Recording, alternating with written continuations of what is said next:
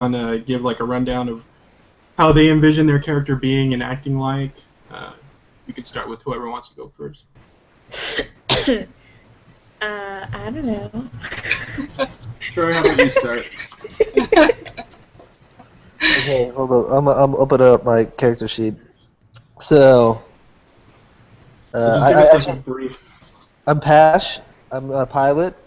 I just kind of, move job to job, get in out of trouble, get caught, do something, and spend my time flying doing some piloting, and then I get bored and I move on. Just All right. do It's a my good own summation of your character. Kind of strike me as like a free and easy type. Yeah, kind of reminds me of Lenik a little bit. I got a lot of Trist out of that, just maybe not as pervy, but I guess we'll find out. All right, and Mary?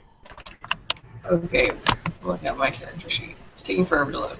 But I'm a Skara, and I could totally be saying that wrong. But It's however you want it to be. You get to own the character. Cool. And I imagine myself just being a badass bounty hunter. That's generally it. Yeah, that's she. One thing that that stood out to me from reading her profile is she's like the quintessential professional bounty hunter. Like she's just constantly a consummate professional. Like the job comes first, and because of her background, she may not immediately be open to making like friendships and other like interpersonal relationships. Socially retarded. I don't know about that, but she. Well, you know what? If you want her to be socially retarded, that's entirely up to you. That didn't work. And Jessica, how about you? I'm 41 Vex, and I don't know. I guess it's just a character that really wants to like learn.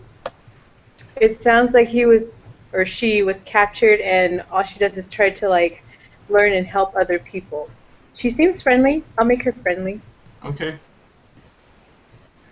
I'm starting to see a lot of you guys in these characters already.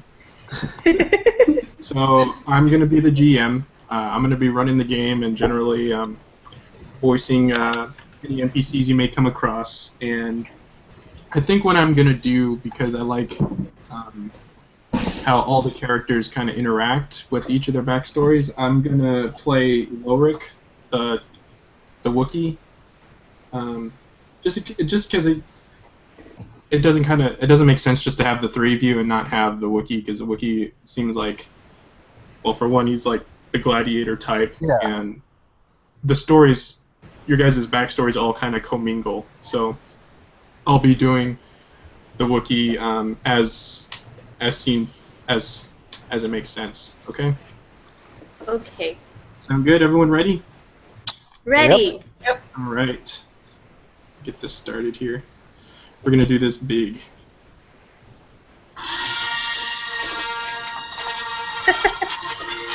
Very epic. Escape from Mos Shutta.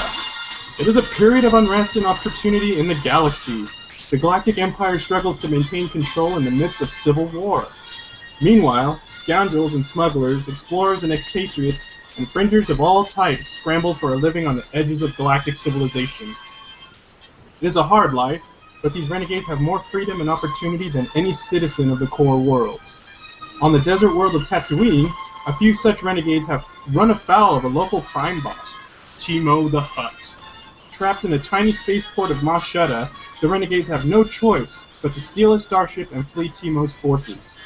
Fortunately, a suitable starship has recently docked at the landing bay, a freighter called the Crate Fang, captained by a Trandoshan slaver named Trex. As they flee through the sun's-baked streets, the renegades duck into the local cantina to hide from their pursuers. So, with that being said, we're going to be going into a cantina. Woo. You guys step down a small flight of stairs from the scorching heat outside and into the common room of the cantina. you guys' eyes adjust from the blistering bright suns into a cool, cooler in comparison, common room. Takes you guys' eyes a minute to adjust, and when you go in, you see a Deveronian bartender who kind of pauses what he's doing after maybe cleaning a glass, just to give you guys the stare, see who walked in. Seems kind of like an intimidating figure. If you don't know what a Deveronian is, they kind of look like Satan. That's basically what they look like. They have very strong facial structure. They've got horns. They are typically different shades of red, sometimes brown. But when you look at the bartender, it's basically like looking at Satan. On the stage against the far wall, there's a Twi'lek woman who's dancing to recorded music. There's private booths along the walls of this place. And as you walk in and step down this stairwell, a few patrons who are sitting at various tables and at the bar some just kind of ignore you, and some just kind of look to see what the commotion is because you guys just ran inside. The only exits you guys see from the room are the direction you came. You see when you walk in maybe something like a storage closet in a corner. There's a doorway behind the Twi'lek dancer. There's an arched roof above you, so it's kind of like, if you've seen Star Wars, like their huts kind of look like, the roof looks like just big domes, and then the walls are kind of square, and then like doorways tend to be arches, and they kind of look like they're made of some kind of white limestone or maybe some kind of adobe. And you notice the roof is supported by thick, heavy struts. And you've just ran into this cantina because it's the closest thing to try to escape from Timo's thugs, who were, you kind of gave them a slip, but you have maybe moments before you think they catch back onto your tail. So, what do you guys do? What type of race is the bartender? He's Deveronian. Do you want an image of what he looks like? No, I can look one up. But can I go up to the bartender? I'm gonna get myself a black hole. What are you having? Oh, I'll take a black hole, please. What's that? You don't have the recipe for a black hole? Listen, bub. This is Mos Shutta. We got space ale and we got water. Well, then your finest space ale, please, sir. Can I see ID? I'm just fucking Really? with you. What kind of establishment you running here? A fine establishment. I don't appreciate your tone. I'm sorry. I just came in here. It's really, really hot. I just need a drink to get my thoughts together. All right. One Teresian black ale coming up. Then he goes off to his side and starts fixing it and talks to another patron as he's getting ready to pour your drink. Oscara, what are you up to? I don't know. I'll probably be ordering at the bar too, so I'll just wait and then get another space ale for me. So you guys aren't going to try to make an effort to hide? Are you guys trying to hide in plain sight? Is that what you're trying to do? There are priorities, and it is alcohol at this point. Okay.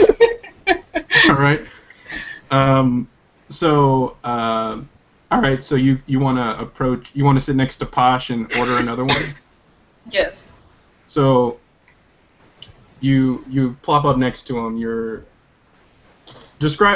Let me go back to Troy real quick. Troy, describe what Posh looks like. How do you envision him looking like? Let's see. I was kind of thinking like Malcolm Reynolds, just like. So basically, Malcolm Reynolds walks into a bar. I'm totally down with that. Is that how you see it? Yeah. Okay, and so he's got like a leather coat on and a button-down shirt and like those appropriately tight brown pants. Yeah. Okay.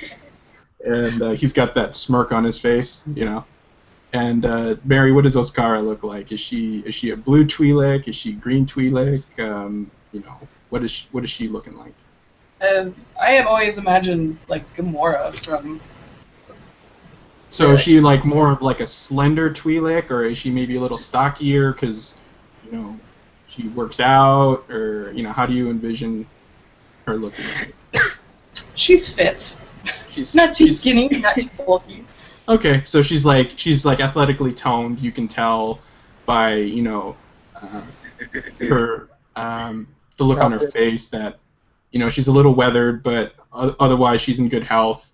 You can get a good, you know, the camera pans across Ascara as she's coming and sitting at a bar stool, and you can see her arms.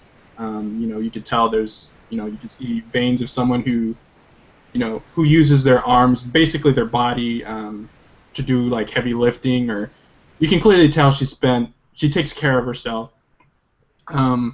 Is she wearing like, what is she wearing? Is she wearing kind of like a duster similar to what Troy's character's got, Posh, or what does she got? I don't. Dude. I don't know. Okay. So we're just gonna go ahead and say, because she's a badass bounty hunter, she's got body armor on. Okay. She's surprisingly agile, given how heavy her armor appears to be. And we'll say, I'm just going to kind of go by the portrait on here.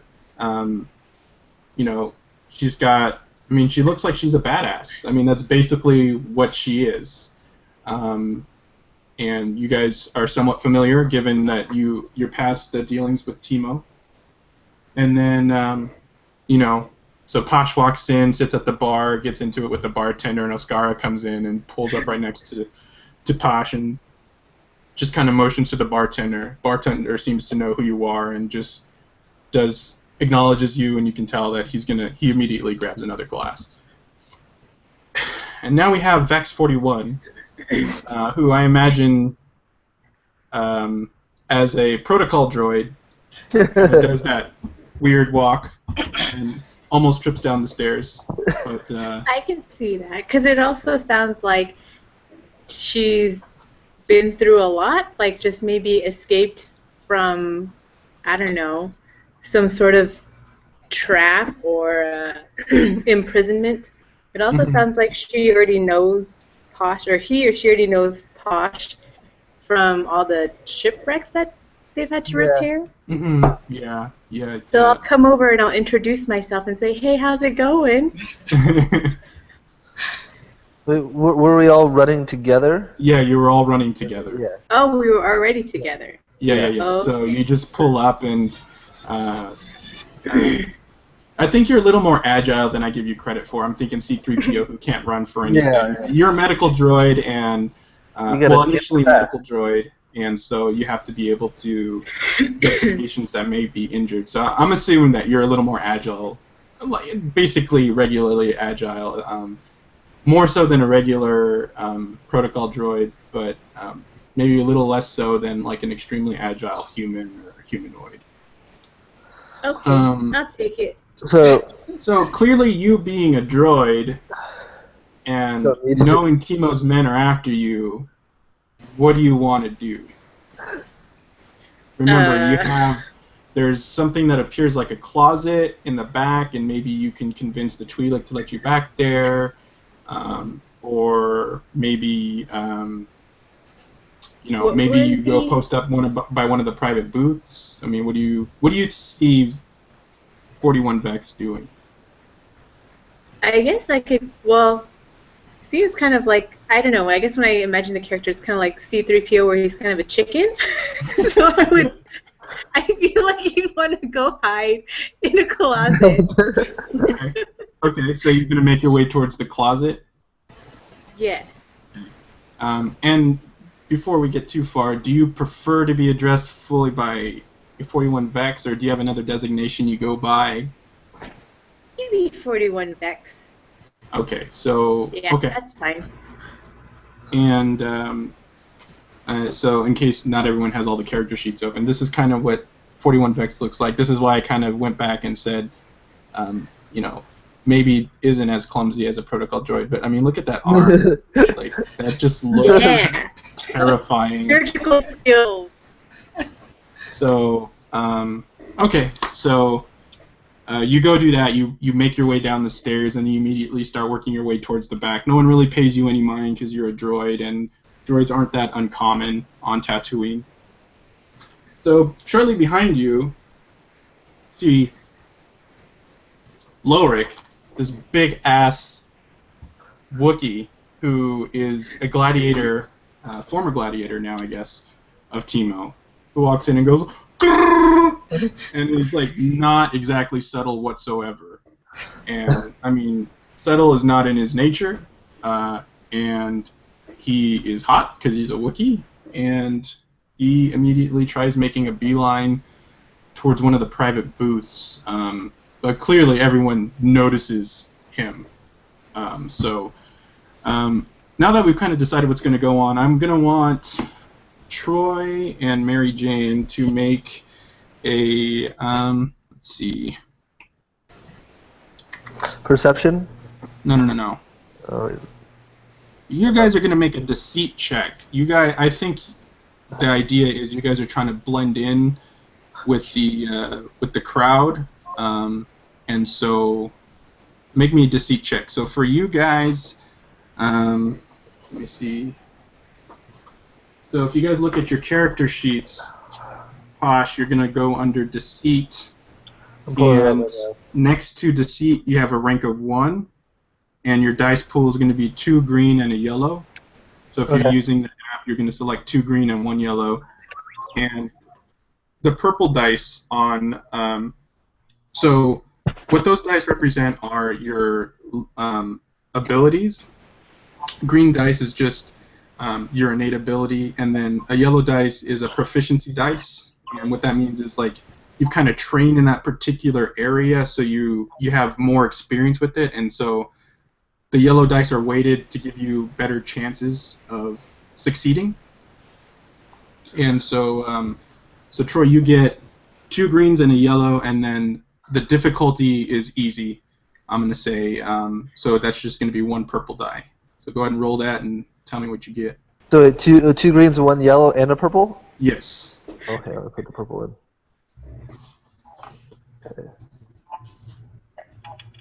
Let's see, that is... Oh, so I should probably show you guys what a success and a failure looked like, too. 3 successes. No, that's 4 successes, 2 failures, and then so those cancel. So I've got 2 successes, and then the squiggly lines are what? So, hold on, give me a second. I'm going to show you guys. I was going to say, how do you read these? So when you look here, can you guys see my mouse? No. You can't. Hold up.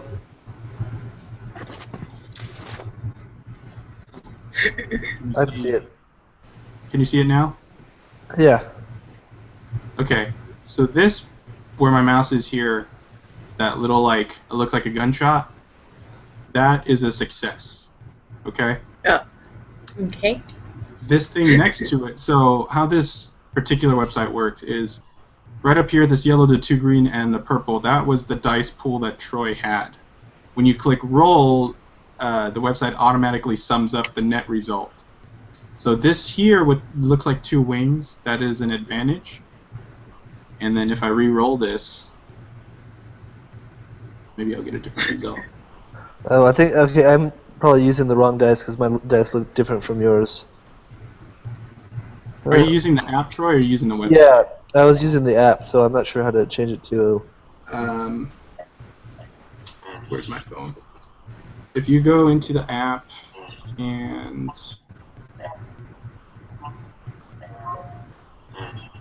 Settings... So when you load it, you're going to go active dice, and you're going to scroll down, or scroll up, and you're going to go Star Wars RPG. Just select the blue, the black, the green, basically all the Star Wars RPG dice, and you want to inactivate all the other ones. Okay, so this is Star Wars, the RPG, just activate all those? Yeah, and then deactivate anything else you might have active. Oh, okay. Okay. So in this example here that I've rolled, I have 1 success, 2 advantages, and then we have a triumph. Now, a triumph is basically a critical. What it stands for is 1 triumph is equal to 1 success and 1 advantage, and that advantage is something that can be super good. I want to show you guys what. Okay, so this symbol here, like this hexagonal symbol, that's a disadvantage. Oh. So, or threats.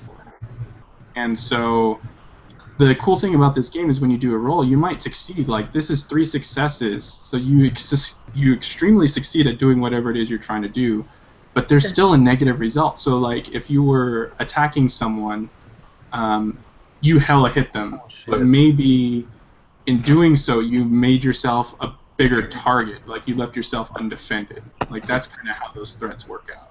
Okay, so I got my dice. I had 2 failures and 4 advantages. Okay.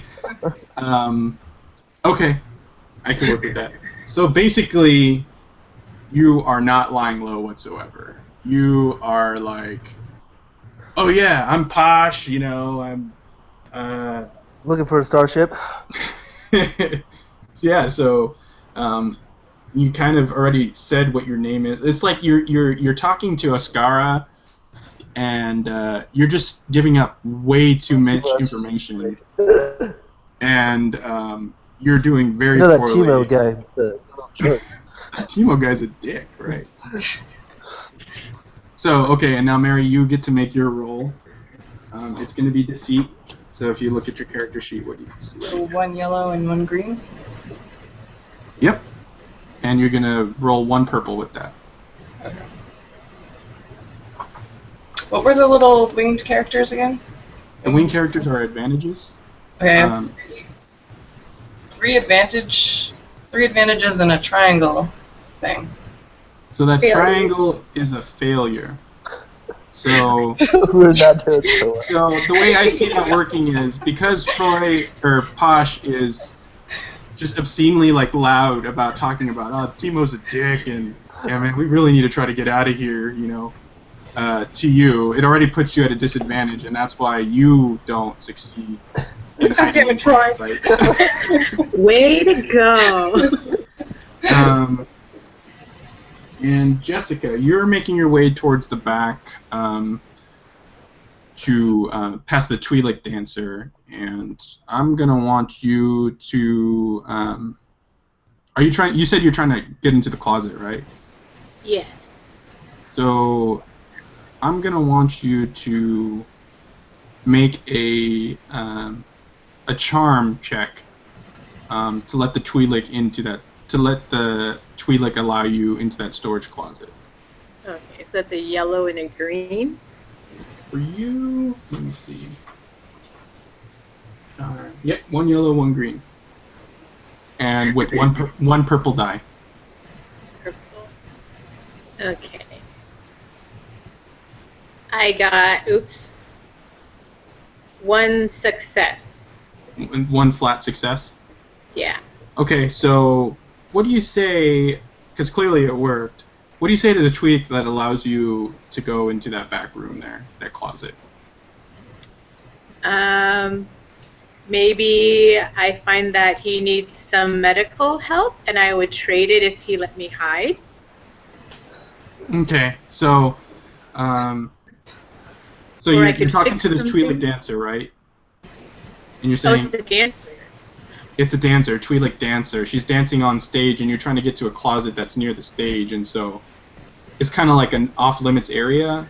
So basically, you're just trying to convince this Twi'lek that you're allowed to go back there. You're not using intimidate.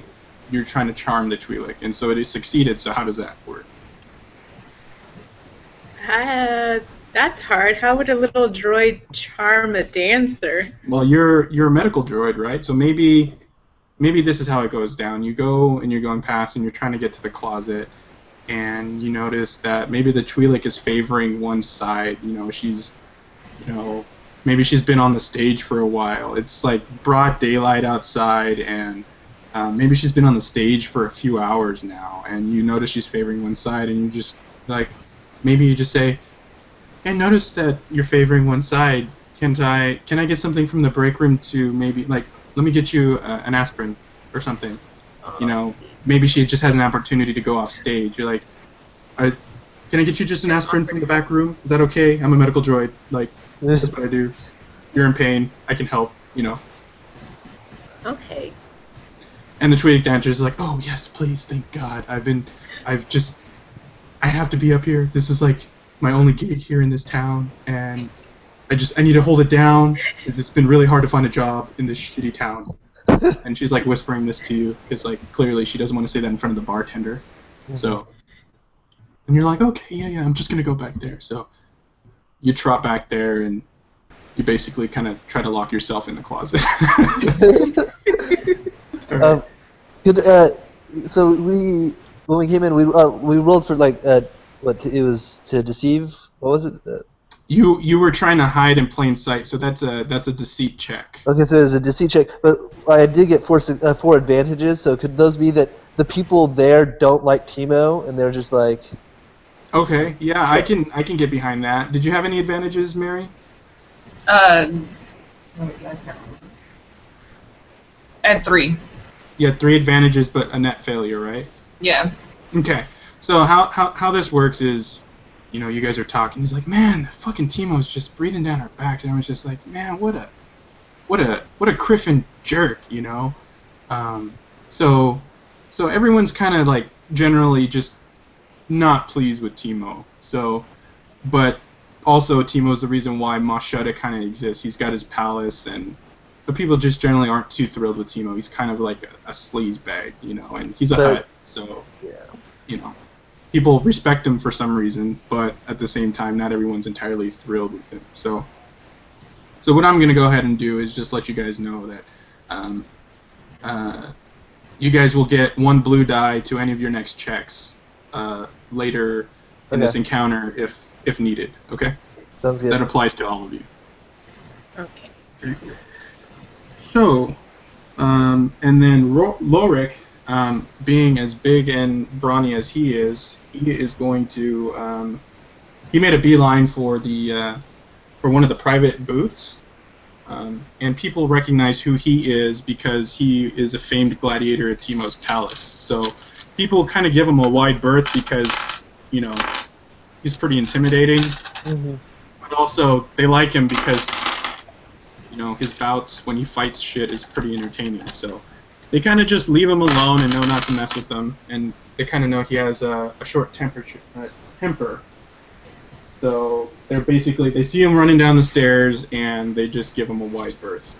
So he's gonna try to hide in one of the private booths, and that's gonna be a stealth check, which something he's probably not good at. Do these booths have like curtains that you could, some sort of privacy, or is it just? What I'm gonna do, he gets like 3 green.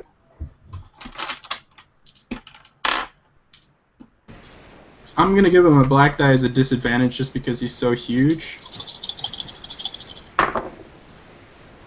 And that is a net failure with an advantage.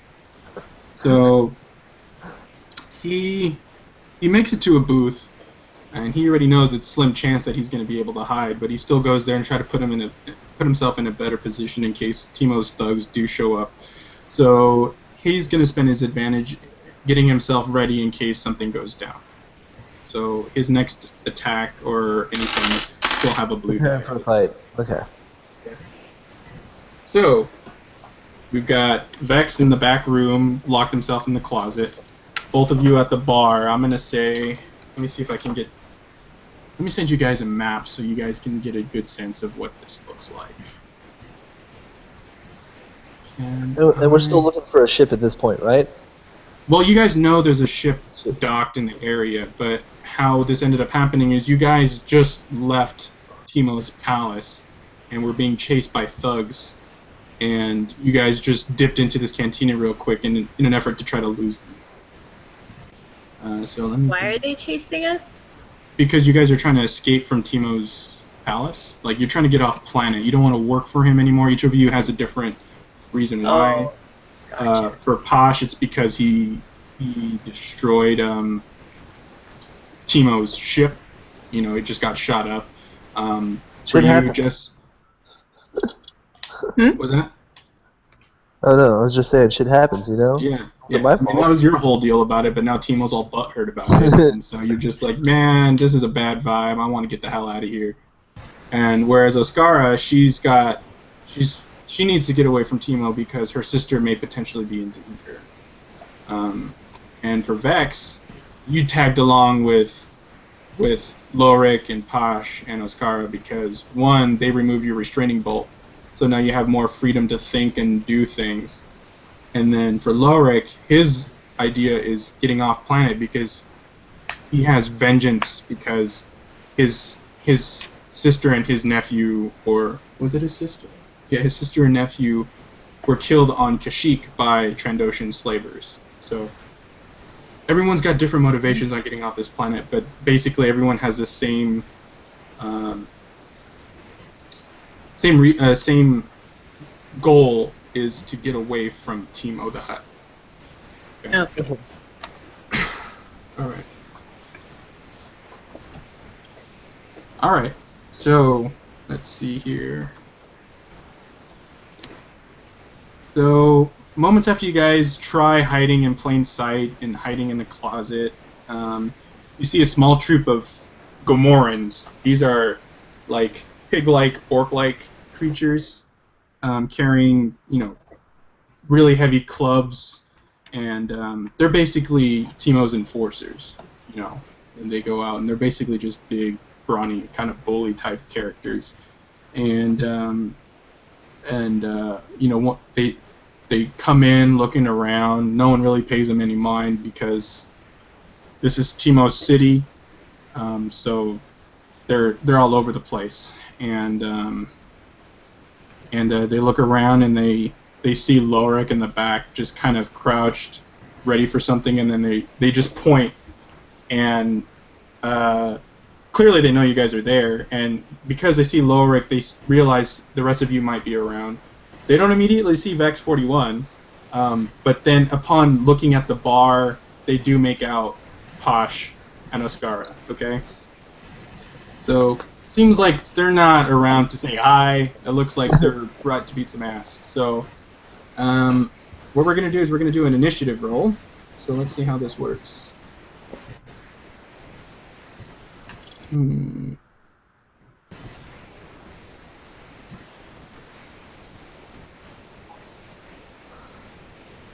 Which dice is that? I'm going to find out right now.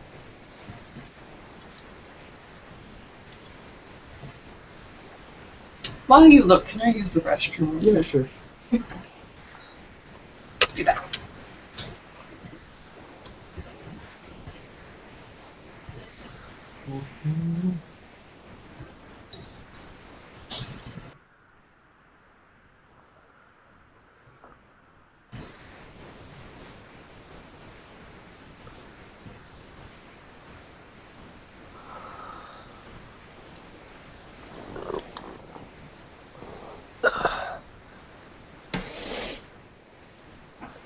So how many... Actually...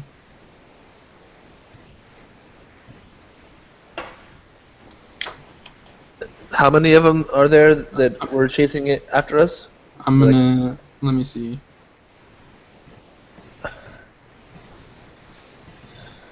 So there are three Gomorrans that came in. One, they all look, you know, equally menacing, but one is kind of ahead of the other two, kind of like they came in as like a squad. Okay. And again, I need to show you guys the map. How do I get you guys the map? If you put it up on your screen, then you can share that with us. Well, I want you guys to have a copy of it. That way I don't have to have it. Well, I can have it open. You guys don't need to see my face. So let me screen share it.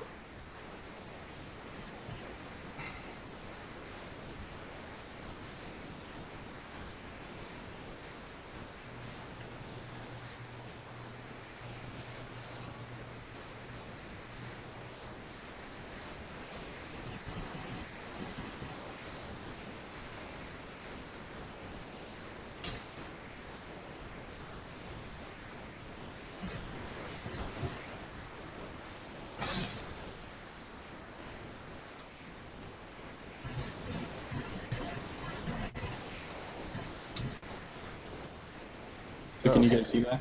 Yeah. Yes. Oh, okay. So this here was the entrance you came down. Those are those stairs that you came into. Oscara and Ponch, I'm going to say you guys came down the stairway, and oh, this map looks a little different than I remember it. So we're going to call this back here that closet that Jessica's hiding in. Okay. So you're back here. He doesn't immediately see you. Lorik, I'm going to say, is over here in this booth, kind of posted up. You can tell he sat in this back wall here and is just kind of readied because he knows, like, okay, I'm the only Wookiee on this planet. It's chances of me hiding aren't very likely. And I'm going to say Oscara and Posh are over here. So we got the 2 beers. We can view the entrance from where we're sitting. Exactly. And you guys were trying to, try as you might, you guys were thinking of trying to hide in plain sight, but it just didn't happen to work out. There's various patrons here. The Deveronian bartender is here in the back corner, not paying mind to these Gamorreans, but then he hears one of them just kind of screech and is kind of taken aback, and he's like, "Oh God, not again!" And then he just kind of ducks underneath the bar because he knows shit's about to go down. So let's see, what kind of weapons do you guys have? What does your character sheet say? I think I have a light blaster. Let me double check. Let me see.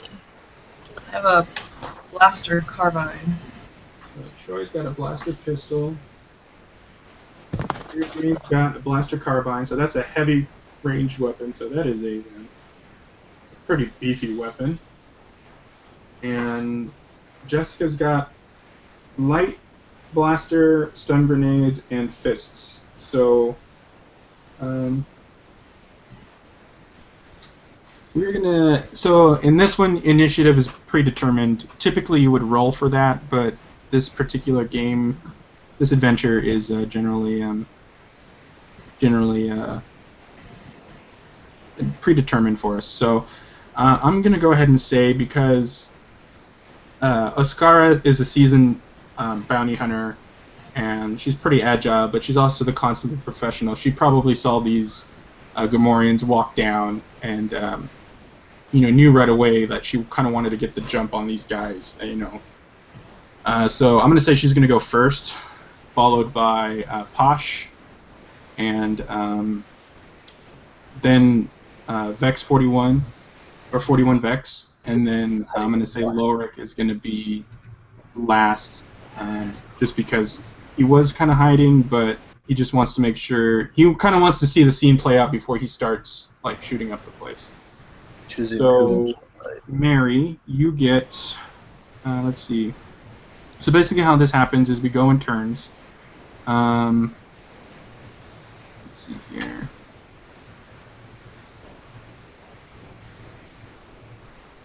Let's see. So you guys get to perform a single action and a single maneuver, and not necessarily in that order if you don't want to. So possible actions include performing an attack with the weapon, using a skill you might have, or you can use that action to perform a second maneuver. What maneuvers are is moving to a new location within short range, or move between range bands. So if someone's up in your grill and is trying to punch you, that's an engaged range. And then about 2 feet away from you is considered short range. A little further than that is considered medium range, and then even further than that is long range. So I'm going to say you guys are within medium range at the bar. Okay. And other possible maneuvers you can use, you can ready a weapon or another item, such as like a stim pack. You can use that stim pack. Stim packs are basically ways to recover wounds. You can use maneuvers to open or close a door, flip a table, or interact with the environment in some way. You can use a maneuver to aim.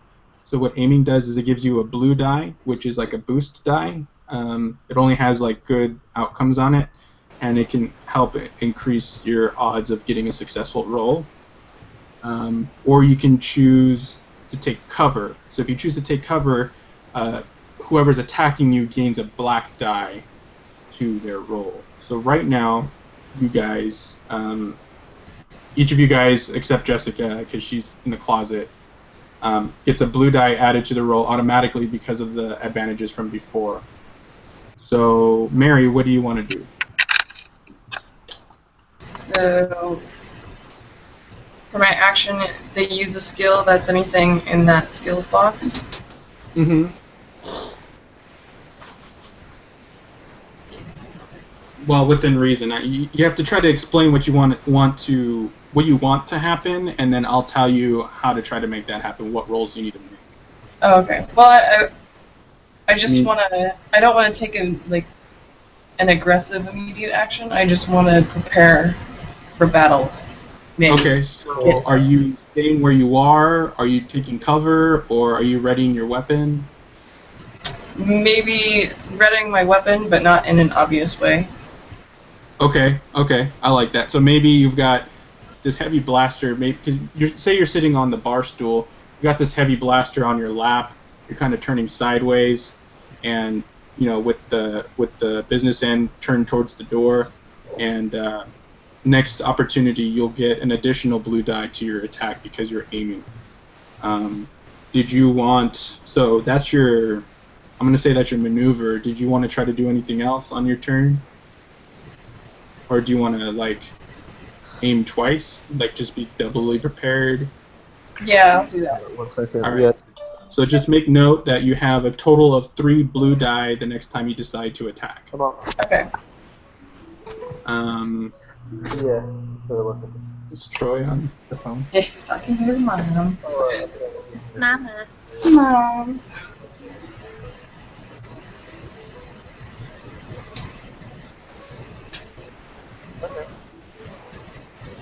Well, he was exhausted. It was very exhausted. I kind of feel a little sick right now. I'm just going to email this map to you guys. I kind of feel a little sick right now. Okay.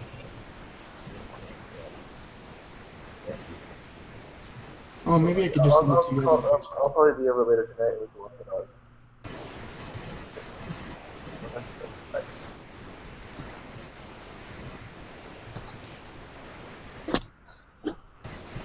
Okay, what'd I miss?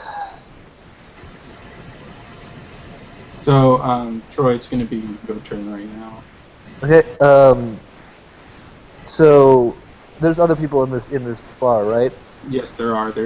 I'm going to say, so I'm sending you guys in the Facebook group, the maps. That way you guys have them, so I don't have to keep them on screen all the time. Yeah. Well, the way I was thinking, I was just going to take this turn to make sure my blaster pistol's all ready, because I don't, they're not going to fire. They have to get, they have to walk further into the bar. Yeah. Otherwise, they're going to start a riot, and not everybody likes them. So I'm just going to get my gun ready, and then with my other, for my maneuver, could I message Vex 41? Sure. So I'm going to go ahead and say you guys all have. It says on your character sheet. So you guys all have comms. So how I imagine that works is similar to maybe some kind of Vex 41 is a droid, so I'm just gonna say internally she can kind of see messages and photos if you send them or video, if you guys have that capability. Whereas for you guys Ascara, I think you have an eyepiece, so I'm gonna say you can see it on that. Whereas Posh doesn't have anything like that, so he has to physically look at something. So maybe he's doing it we did in high school, where you text under the table. Yeah, look down. Just let Vex 41 know that hey, they're here. Hiding isn't gonna do shit. You gotta get ready to fight or patch us up. Okay. So Troy, you're gonna have a total of 2 blue die added to your die pool the next time. Okay. Okay. So next up are the Gamorreans, and so as they're walking through, they're kind of they're pig-like creatures. So they're kind of so their move is to move in closer to the bar. So I'm going to say if you guys were at the very end of the bar, close to the closet on that map, they make it about halfway down the bar on their move. And one of them kind of squeals like a pig because that's what they are, like that. I can't even make a squealing noise, but they do that.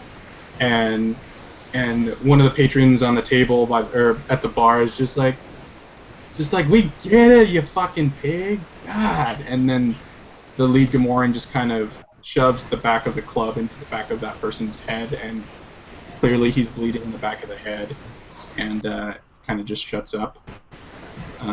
So that's their turn. Vex 41, what are you doing? I am. Let me see.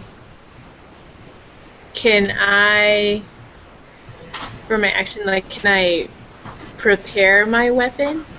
So what I'm gonna say is you close the door in on yourself, so it's gonna take an action to open that door. Unless you can describe to me how you do it in such a way where you can prepare your weapon and kind of look out the door at the same time. Well, I mean, Vex 41 has like 3 arms, right? 2 arms. Well, he's got that shoulder thing. Does she? That picture, right? It looked like it had like. I guess. Okay, I can give that. I'll give that to you. It's like a claw thing. Yeah, claw thing. Okay. So how does this work, Jack?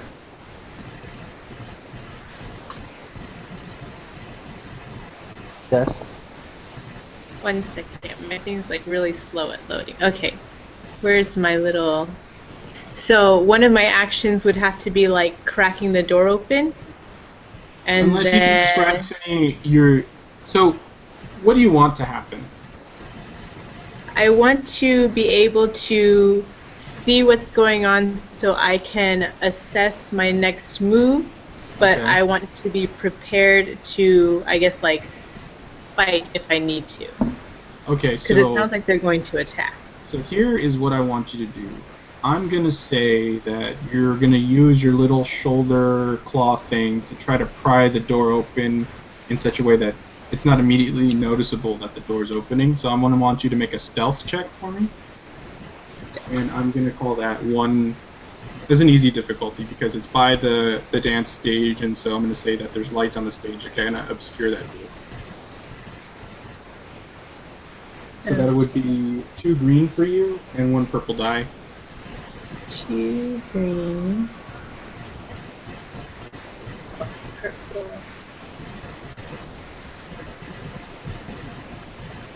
That gave me 1 success and 2 advantages.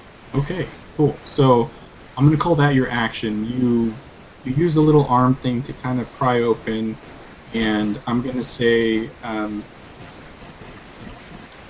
because you're in the closet and didn't see him first come in, you didn't get any of those advantages that Troy and Mary had. But because you were successful in slightly opening this door, I'm going to say you can use one of those advantages to ready your weapon and aim. That gives you 1 blue die, and then you can choose to use that other advantage for something else. Okay. So I do want to use it to aim. Okay. My other. And you said I could use the other blue die for something else?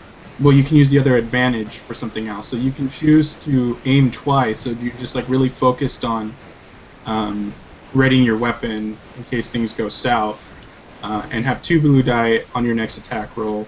Or you can use... So how advantages work is you can thematically use them to kind of alter the environment too. So maybe you can use that advantage and say, because at this vantage point I have a clearer line of sight to the character. There's nothing directly in front of me that will impede my next attack. Or you can say, hey, there's a red barrel behind that character, and that introduces it to the environment. You know, I mean, I'm not going to say you can do that in this encounter because it doesn't make sense to have an exploding barrel in this bar. But you can use these advantages to kind of try to establish some things in the environment. Oh, I see. At this point, I'll just use both of them to kind of take aim and... You said 2 shots? Well, so you basically get to... So how these blue die work is they just increase your chances of success. So you're not shooting twice. You're just getting 2 additional die to help you succeed. I mean, use one of her advantages that they can't see her because she's kind of like hidden in the dark closet, so that they give a black die because they don't know that she's there. See, yeah, that's an excellent use of your advantage. So you can use your advantage to give them a disadvantage next time they try shooting you. So right now they don't even know you're there. So, but if they do find out that you're there, the next time they try attacking you, they get a black die added to their dice pool. I see. I think I still did figure out all those dice. Yeah, it takes some getting used to, but the reason why I like this game so much is because it's not, unlike D&D where it's straight success or failure, this allows you to succeed even if you don't. So positive outcomes can still come up if you don't succeed in an attack. Whereas the opposite is also true. Maybe you do succeed, but you have some distinct disadvantages. Maybe someone else, because you attacked someone, you left yourself open to attack from someone else. Or maybe you succeeded in slicing that computer and it unlocked the door that you wanted, but you set off every alarm in the complex. So it allows for more dynamic storytelling. And it's very Star Wars, right? Like, whenever you watch a Star Wars movie, things don't always go exactly as planned. There's always some kind of random thing that happens. Like, my favorite thing that I enjoy the most is in Star Wars, is it The Empire Strikes Back, where Han Solo taps the shoulder of the stormtrooper and then goes behind, like, so that's like a triumph on a stealth roll. Like, he seriously straight up tapped a Imperial stormtrooper on the shoulder, ducked behind him, and was completely, like, that stormtrooper was totally oblivious that Han Solo was there. So, like, there's that. It doesn't take itself too seriously all the time, and there's always the chance of something happening that's not always according to plan. Okay. So, Gotcha. right now, That's kind of having to, like, think about how, I guess, like, how your story is going to play out using all these, like, so these things, like, would technically happen if it were a real life situation. So the one thing I will say about playing this game is you want to play it or think about it as if you're in a Star Wars movie. Yeah. It's supposed to play out cinematically. So when I do scene setups, like, you know, I might talk about camera panning in, so you can kind of get a visual of what things look like.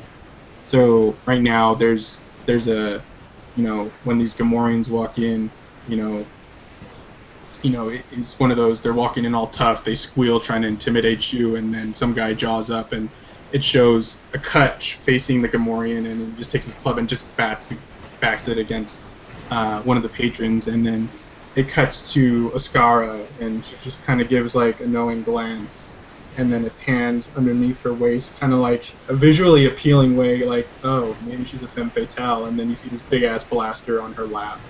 And then it goes over to Posh, who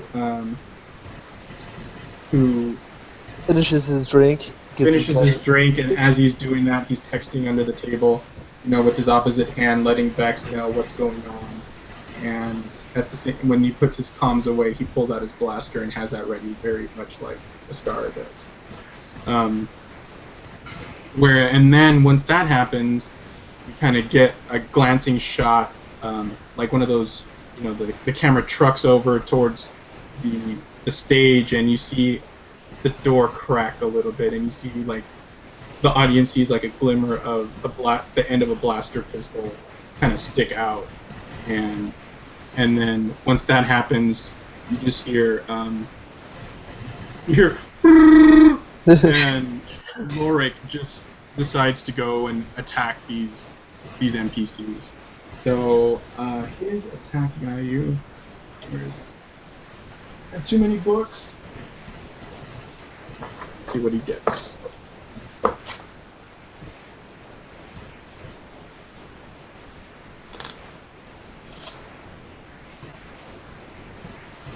So Lorik gets, I'm gonna say he had his blaster pistol ready, and so his dice pool, because they moved in closer to you guys, they moved into medium range to him. So he gets 2 greens and a yellow. And because they recognized him immediately, they couldn't quite see what he was doing, but they kind of have a sense like, okay, that's the big guy. So I'm going to say he gets 1 disadvantage, 1 setback die, just because they know very keenly aware of how dangerous he is.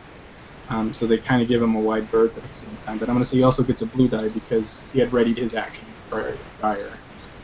And if he's going to attack, they're in medium range, so he gets 2 purple die. So let's see what this looks like.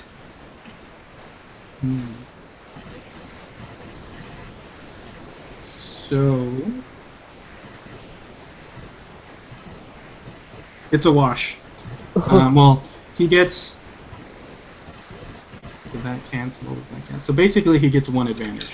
So the way I see it is he just becomes infuriated that he's like, damn it, I just sat down. These guys are just hounding me this whole time. But all in Wookiee speak, and basically it just sounds like angry mumbling and groaning. And he just kind of just loses his temper and shoots wildly, and it gets close to one of the Gamorrean soldiers in the back of the 3 that are kind of walking in like a V formation. And his advantage is that his advantage being is that because I'm going to say one of the Gamorrean just sees the shot coming and moves out of the way, and the advantage is because he moved out of the way, he's not immediately ready to attack the next round. So he has to spend a maneuver getting himself ready to shoot. So with that, we're back to the top of the order. So Ascara, what do you want to do? Well, how does the guard? So one of the guards. So they came out up. of the way. 3 coming up towards you guys. Lorik screams and then shoots, and the one. So if you're facing the group, the one to the left on the back kind of ducks behind. Kind of just jumps out of the way so he doesn't get hit. So he's prone. Are they beginning to draw their weapons though? Well, they've had their clubs at the ready, and they had them out because they're. For one, they're thugs and they're Gamorrean, so they're not too bright, but they also know that they've got their brawn and this big-ass club as... They use it as kind of a way to intimidate people, not to fuck with them. So they've got their weapons at the ready, and so it's not their turn yet, so they haven't moved, but their previous turn is they were moving closer towards you. Okay. I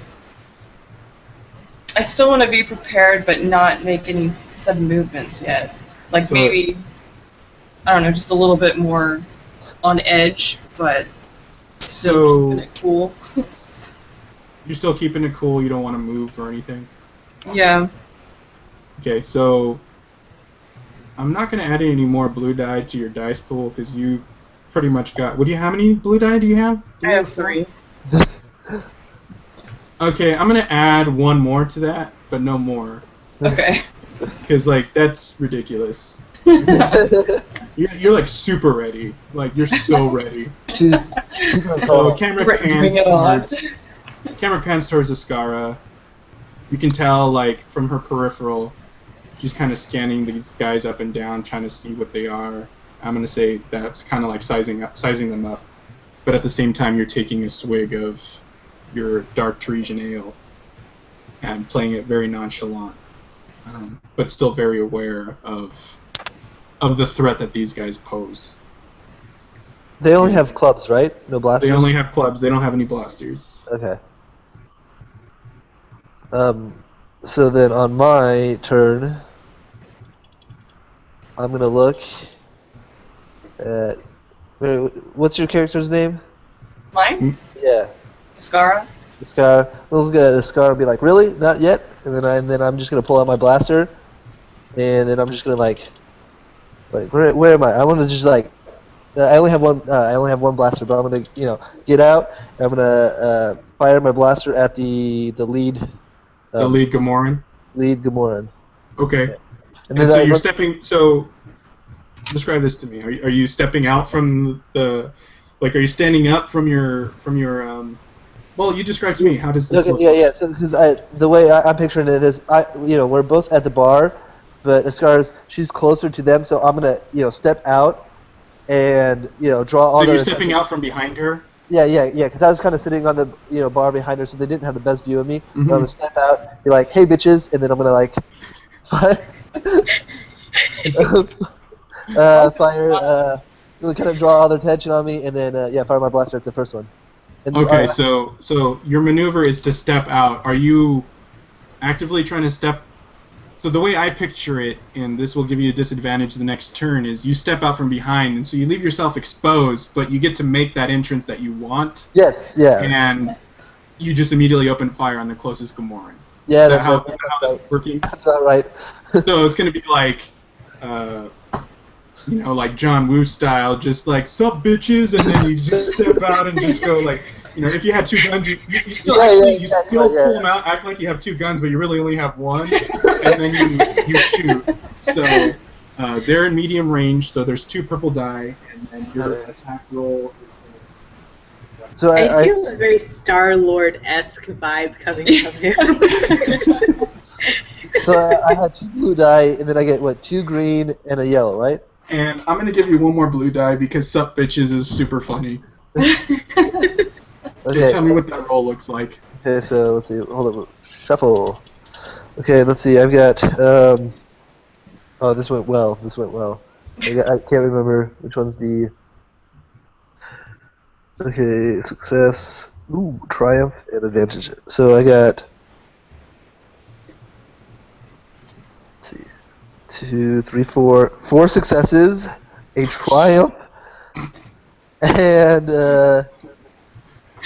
1, 2, 3 advantages. Wait.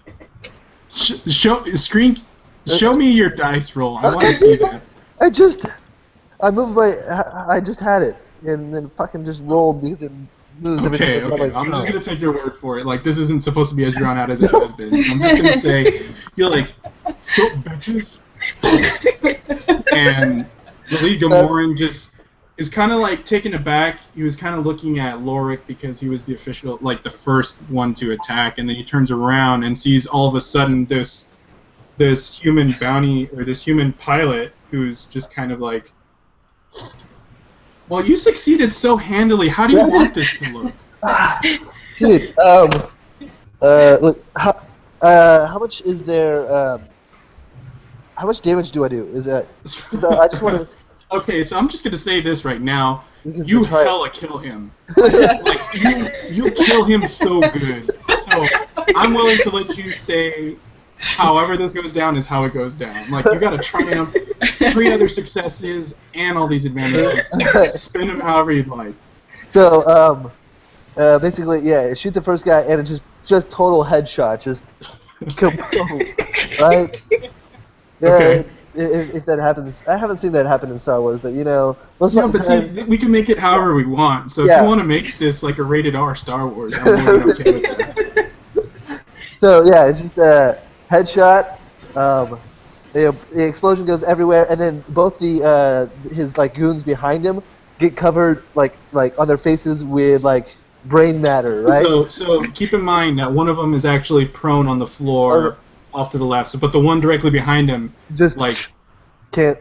Like- He's got half the life and face. okay, so, all right, this is excellent. I like this. So you go up, so bitches, fire off the shot, not expecting it to go as well as it does, and this Morin's head is just like, and then and I'm gonna say the blaster goes through like the head. All this brain matter lands like on the face of the Gamoran right behind him. So I'm gonna call your advantages on. Spend your advantages on this Gamoran and say he gets 2 black die on his next attack roll because 1, he can't see, and 2, what he did see was this dude's head just exploding right in front of him. And then for no reason whatsoever, a dove flies out from behind you. And then I blow off my gun. I'm like, we're having bacon tonight. Oh, that is so good! That is so good! Oh man, that is so good. Okay. So, next up is going to be Vex 41. What? Do I have to do anything? Well, there are still 2 other Gamorreans in there. I feel like they'd be so scared. Well, So at they've this got point, disadvantages on their next rolls. Don't you worry about that. at this point, the Gamorreans are, I guess, like, pretty much fighting, right? Because, I mean, the Yeah, shot has been made. they walked in on the intention of bringing you guys in, not necessarily kill you, maybe, but like they were told by Timo, don't come back without them. Okay. So, I would assume at this point, I would have to come out of the closet, like, and start shooting myself.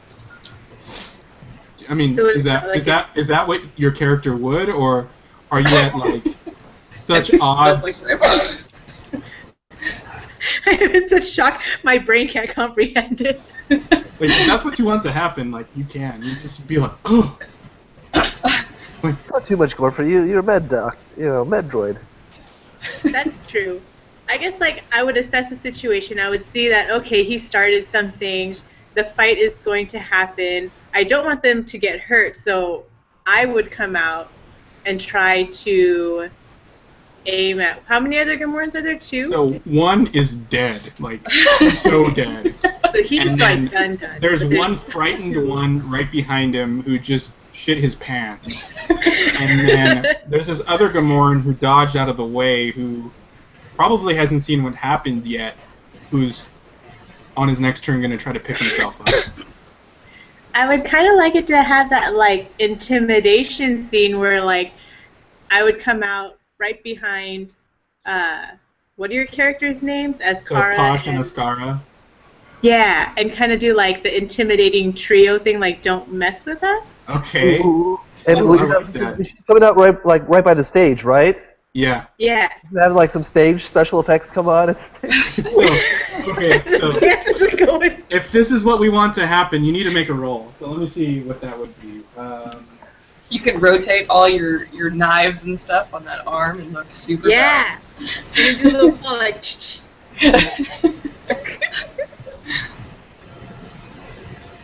So, is there an intimidate? No. So there is. That's not deceive. Coerce. of course. You know what I'm gonna do? I'm gonna say. So, let me know if this is too much for your character, but I'm gonna say you get to use your medicine check because you got hella dice in medicine, but you're gonna use your medicine check in such a way that you intimidate them. So you come So let's make this roll first. So I'm gonna say you get to roll 2 yellow and 2 green against. I'm gonna say 1 purple, and then how many blue die did you have? I had 2. So you get to roll both of those as well. So 1 purple die, 2 green, 2 yellow, and 2 blue. Okay. Roll. So I got 3 successes and 2 advantages. Okay. So how this happens is you open up the door and you're right by the stage, and the Twi'lek dancer just like freaked out because she just saw this this Gamorrean's head explode, and she's trying to scramble and get out of the way, and in doing so she knocks over some stage lights, and how it happens is the lights just fall and illuminate Vex 41, and you're not. The way I see it is you're not trying to look intimidating, but the lights land on you in such a way on your blades and your arms, like the shadows make it look like there's this like spider thing coming at you, and you. I want you to have a really good one-liner. It would be a shame if someone else had to get hurt. And so you succeed in doing that, and the Gamorrean, who is already like just freaking the fuck out, got shit in his pants, is just like, oh god, and then is just like frozen in shock. Like, it just doesn't move. And the Gamoran who is on the ground is like trying to pick himself up and looks around, and he's just like, what the fuck is going on? What? And he just sees like this droid looking so menacingly coming out a back room. They're like, that's the droid we were looking for. And so that's their turn. And so the other one is frozen in fear, is like trembling with his club, and the one who just got up is just like super confused and kind of scared, but still doesn't fully grasp what just happened because it happened so quickly. And then Lorik, the Wookiee, just comes in. He's just like, you know what, to hell with this blaster. I'm gonna go in and try to beat someone up. So he's gonna spend his turn moving from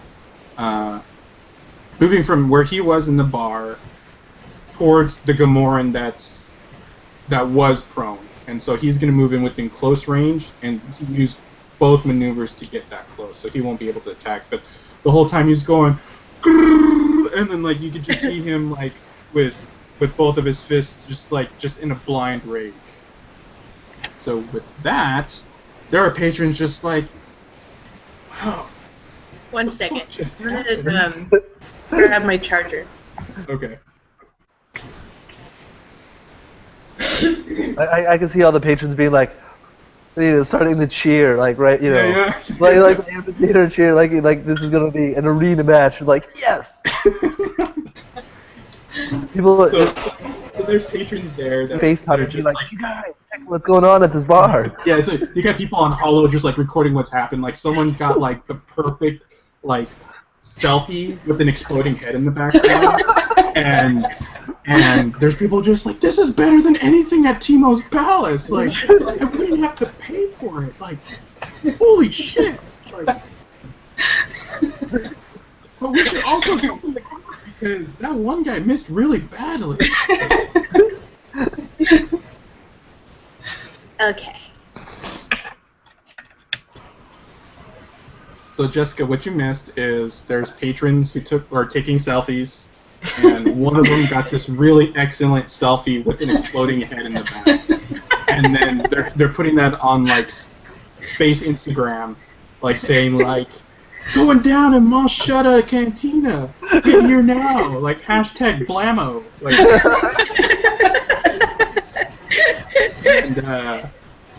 And so we last left the scene like, cameras panning in on Oscara, who hasn't done anything to this point yet, but look really menacingly and badass. So, what's up next? Well, I want to join the intimidation game, so I feel like I should pull out my weapon as well and take aim. Does my gun make this like really cool charging up noise? And if you wanted to, you've got all these advantages to use. We could say it does. Shotgun noise. Yeah, it's gonna have like that really weird like taser charging noise. So like Tony Stark's like pulse thing. Yeah, there you go. Okay, so Gotta it's have lights that like go up to like fully. So like the way I imagine it being is just like you've got your blaster and you have this. Being a seasoned bounty hunter, you have this knowing that like some bounties they're more intimidated and it's easier to intimidate them and coerce them by using shows of force. So you have this thing on your gun that acts like you're overcharging it, but it doesn't actually do anything. And so that's going on. And what color does it glow? Because it's got to glow a certain color. Oh yeah, I imagine it changes colors like the louder it gets. So it'll go from like blue to like super death red. Yeah. It kind of just pulses that red color. Yeah, like it's about to, the light's about to just explode off the thing because it's So, so much. Okay, and so you're joining this intimidation fact. Are you trying to engage in dialogue with these guys? No, I'll just stare menacingly at them. Okay. So this is going down way different than I thought. I love it. So Go ahead and roll me. You know what? At this point, you guys are kicking so much ass. I'm not even gonna say you have to roll this. You're gonna look menacingly. So, how this goes down is right now Posh is there. He stood out and he's got his blaster ready, and he just went like that. And then this droid comes out with all these like sharp blades and stuff. And I just picture Troy or Posh looking back and going.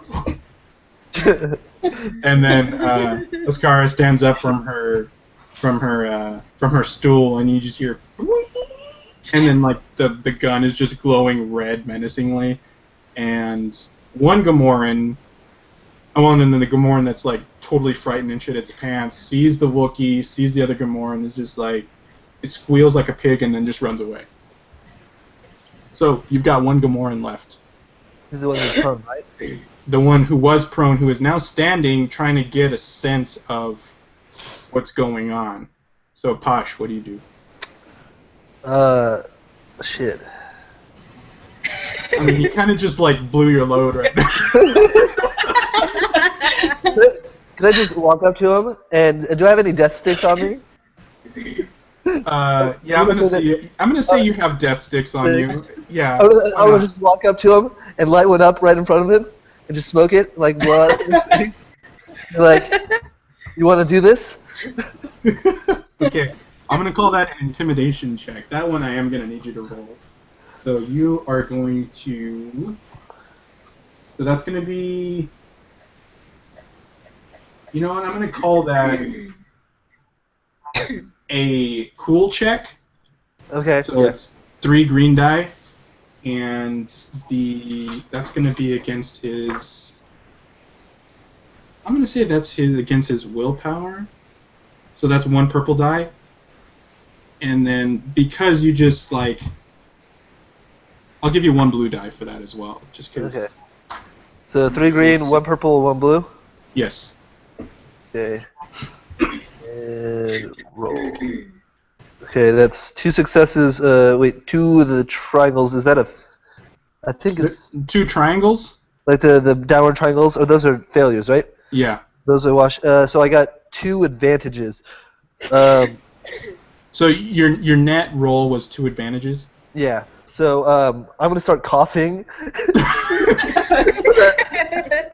So you walk up, grab your death sticks out of your duster, looking totally cool. Like the camera is just on you, and you're walking towards the camera. Pull out a death stick, you light it up, take a puff. So, you sure you want to do this? And your advantages are the smoke just goes all up in his face. But that's it. And so now we get this sense that this whole interaction, this encounter is going to be zany, and like that was totally a fluke of what you just did.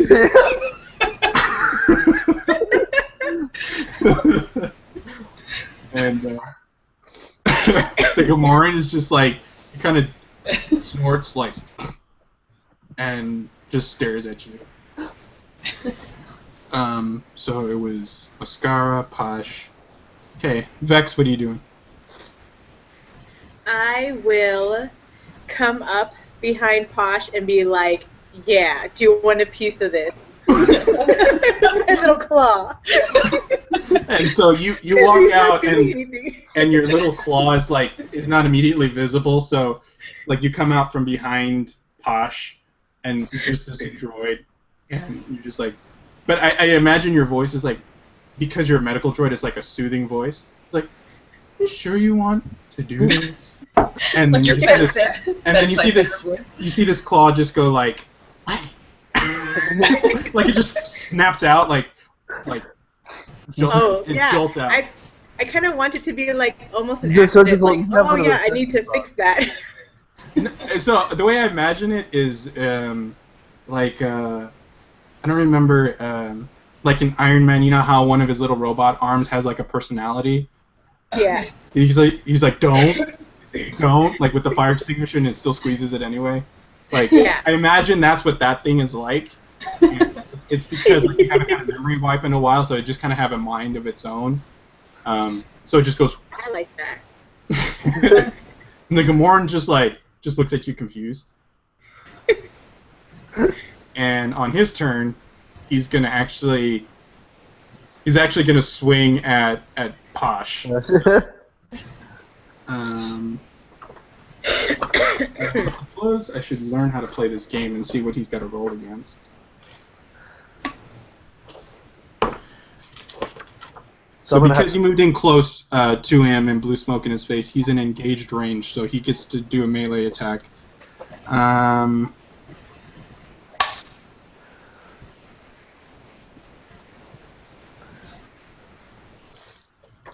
So he gets to roll 2 greens and a yellow, and the difficulty is automatically 2 purple because... So I roll 2 purple? No. You don't make the roll, I make the roll. Okay. I'm not going to say he has any advantages or disadvantages, just because like he still doesn't have a full grasp of what's going on. Because you got to imagine, like, the combat, like, to us, the scene has taken a while, but, like, combat-wise, it's been, like, 30 seconds.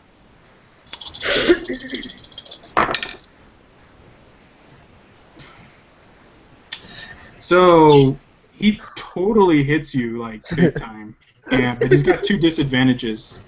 So I'm gonna call those disadvantages being like, he was just like so unimpressed with your smoke like act, like he was like, what the fuck is this guy?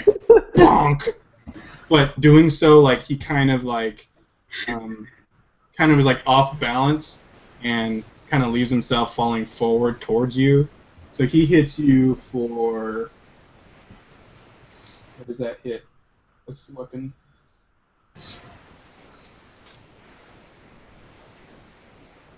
So he hits you for 5 damage. So. But I have 3 soak, right? Or no, I have 4 soak. Do you? Is that what's it? The top corner? You don't say I have soak, 4. right? Soak value. Yeah, 4. Yeah, so you have 4 soak, so it only hits you for 1 damage. So mark yourself down for 1 damage. So how it works is just like, man, who's this chump? Wonk, and tries to hit you across the chest, and you kind of just go. I deserve that. You're like, yeah, I deserve that. I totally failed. I'll get it better next time. It's okay. I'm still working on it. Yeah. That first one was really cool, right? Did you not? I'm sure you'll see a video of it later. So that was his turn, and then now you just see barreling out of nowhere because this guy just, was totally paying attention to this smoke act that you did. Just Wookiee just barreling in and just wants to beat the shit out of this Gamorrean. So he is gonna roll. What's his dice roll?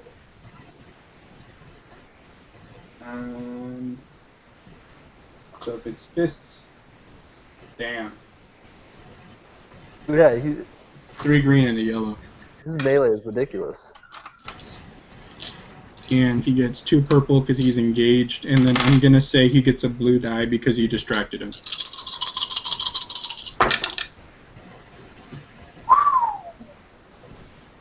Damn. He gets 5 successes and 2 advantages. So Holy this Gamorrean is just complete. Like the way I see it happening is like in Waterboy, where you just see Bobby Boucher just tackle someone from off. He comes off screen, and you just see him.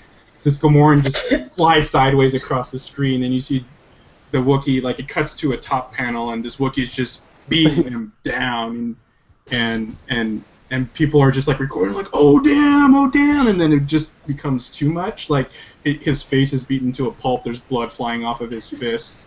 And then just and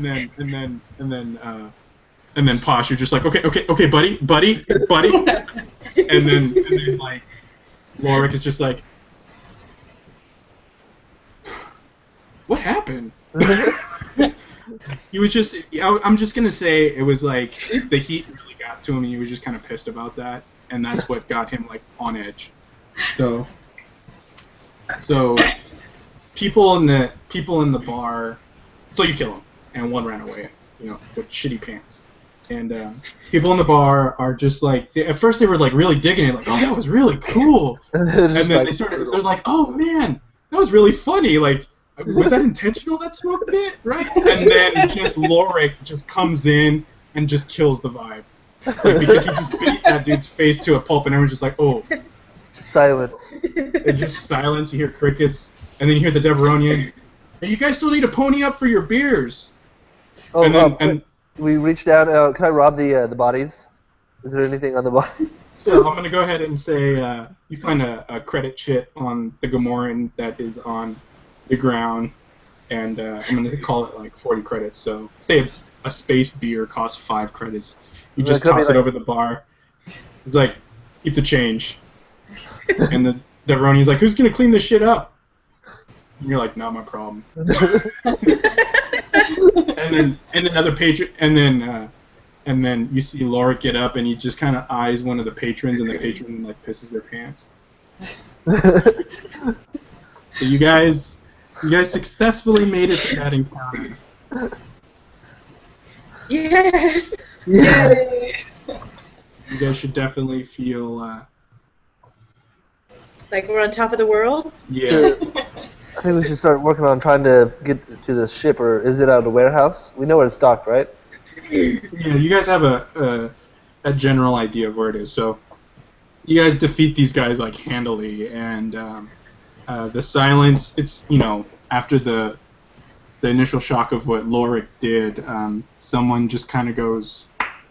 Slow clap. Just a slow clap, and then the guy looks around and no one else is joining him, and then he just stops. And then you just like someone's like, well, I guess you guys kind of like need to get out of here like soon, right? Like, he's gonna send more thugs after you. And yeah, because he knows where we are. Timo just knows that he lost a whole bunch of people because everybody's like sharing it online. Yeah. So like, Timo has got a slave like holding a tablet, like. Going through space Instagram, and then he sees this like perfect selfie with an exploded head in the back, and he's just like, "Where the hell does this happen?" And then he reads the hashtag fuck Timo, and he's like, "Okay, that's not cool. We need to send people over there." So that happens off screen, and someone in the crowd, another Twi'lek, is just like, I heard earlier that a ship just landed that could be your ticket out of here, guys. Like. We don't want any trouble. I mean, that was badass and everything. Dude, yeah, fuck Timo. But, like, we also don't want to die either. So, like, you need to get the fuck out of here, And someone roll me, let's see. Roll me a skullduggery check. Who's got the best skullduggery? What's that? Let me see. Like mischief. Skullduggery or streetwise? I only have 1 green for that. I got 2 greens. For skullduggery, I've got 2 greens. I'll roll it then.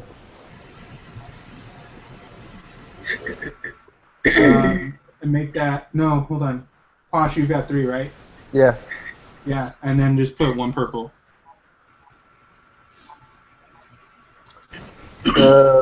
Ooh, shit.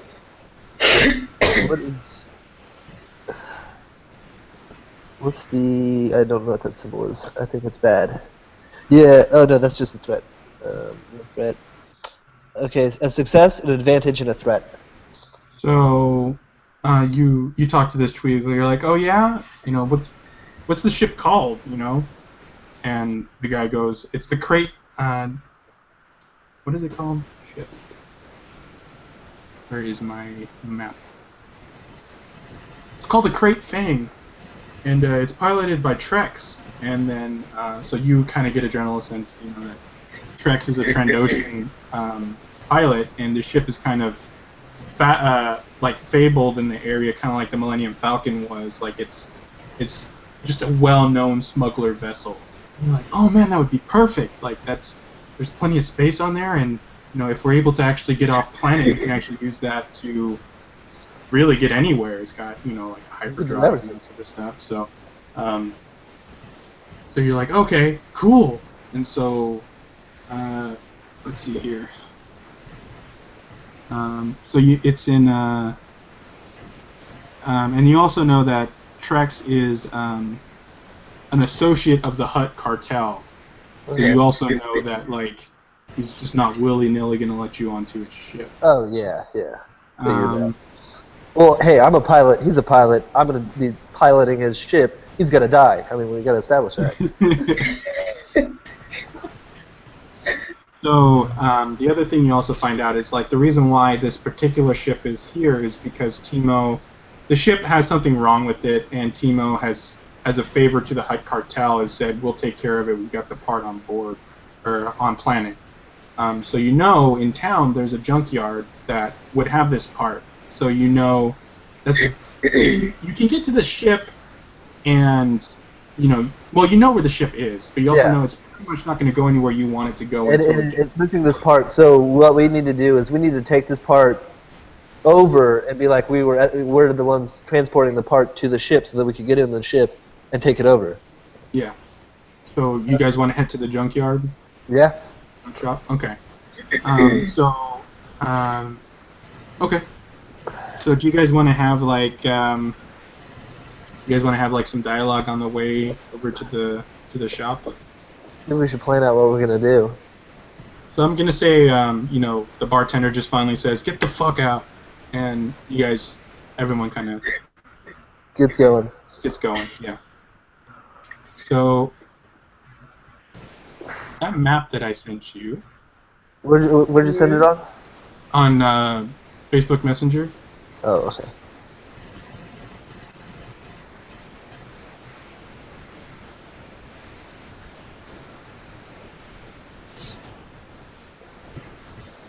Everyone got it up? Almost.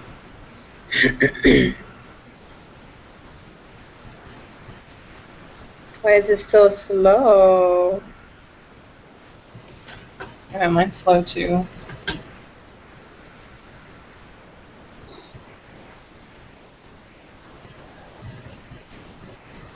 Look at that, the city. Okay. Yeah. So Okay. you guys head out the cantina. I'm going to call the exit of the cantina to the right, towards that little circle. Yeah. So the junkyard shop is Just right up basically up the alley. So you guys probably don't want to take that main road because obviously Timo's people are going to be looking for you. So I'm going to say you cut through like the off-world traders, like I'm going to call those huts, and you're going to cut through there and then make your way to the junk shop. Ooh, So if there's any the off-world trader's like a place where we could get any equipment. let me see.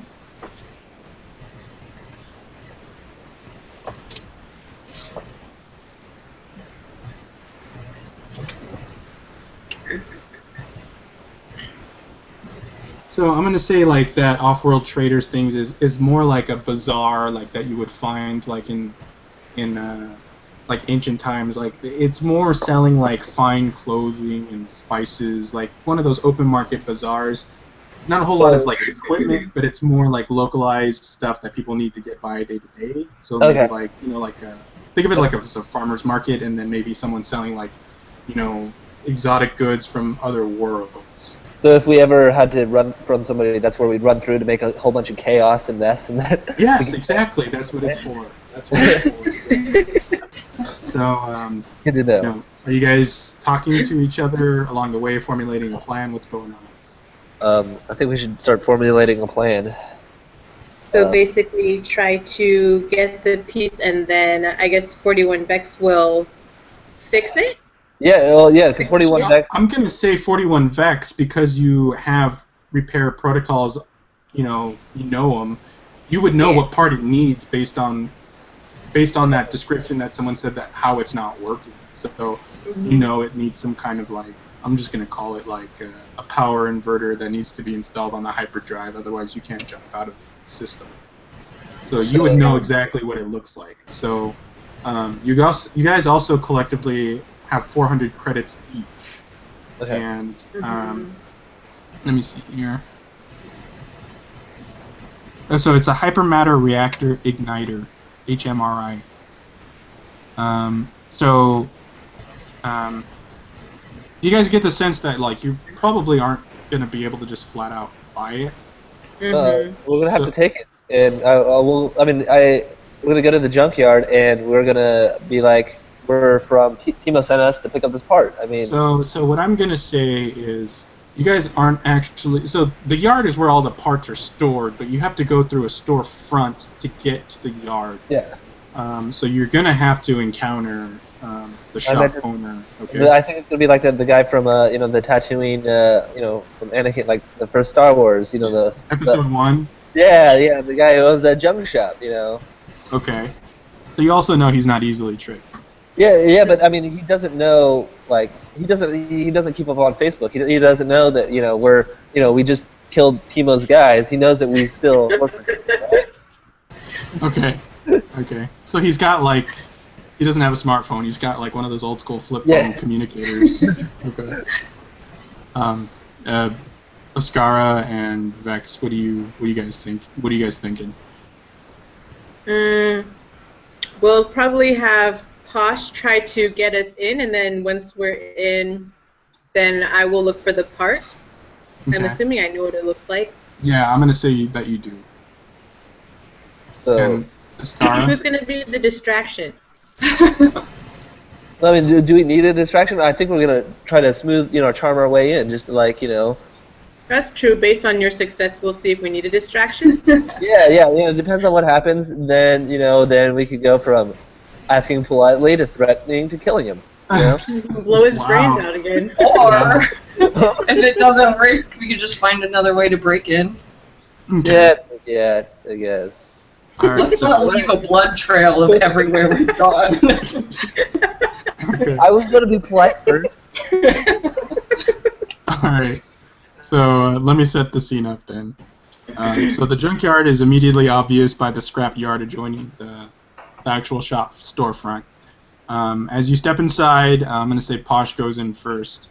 You see a hunched over old man, human, behind a low counter covered with machine parts. It looks like he was like cleaning out some old droid parts before he starts reassembling it again. And he glances at you, and then he sees he has like a little like astromech droid on the side, and he just kind of kicks in and be like, "You were supposed to tell me when people come inside the door. What good are you?" And he's like, "Just go outside and start stripping that swoop bike." And the droid's like, "Wah!" and just like zooms out of the area, and he's like, this old man like, "Welcome. Ignore that droid. It's on the fritz again. My name is... What is his name? My name is Vorn. How can I help you, young man?" Hi, Vorn. I like the project that you're working on right over there. What you building? A little droid?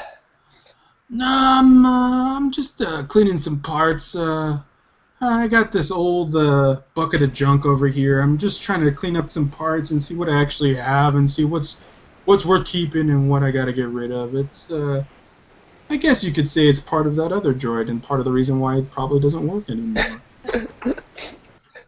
What can I do for you? I've got plenty of scrap. What are you looking for? Did Timo send us over? He said we have a part pickup from you. Well, Timo also said he was sending some of these thugs about. You don't look very thug-like to me. He's trying with a gentler approach right now. He's trying to win the community over to him. So we're the community outreach. We're the good cops, if you will. Go ahead and make a deception roll for me.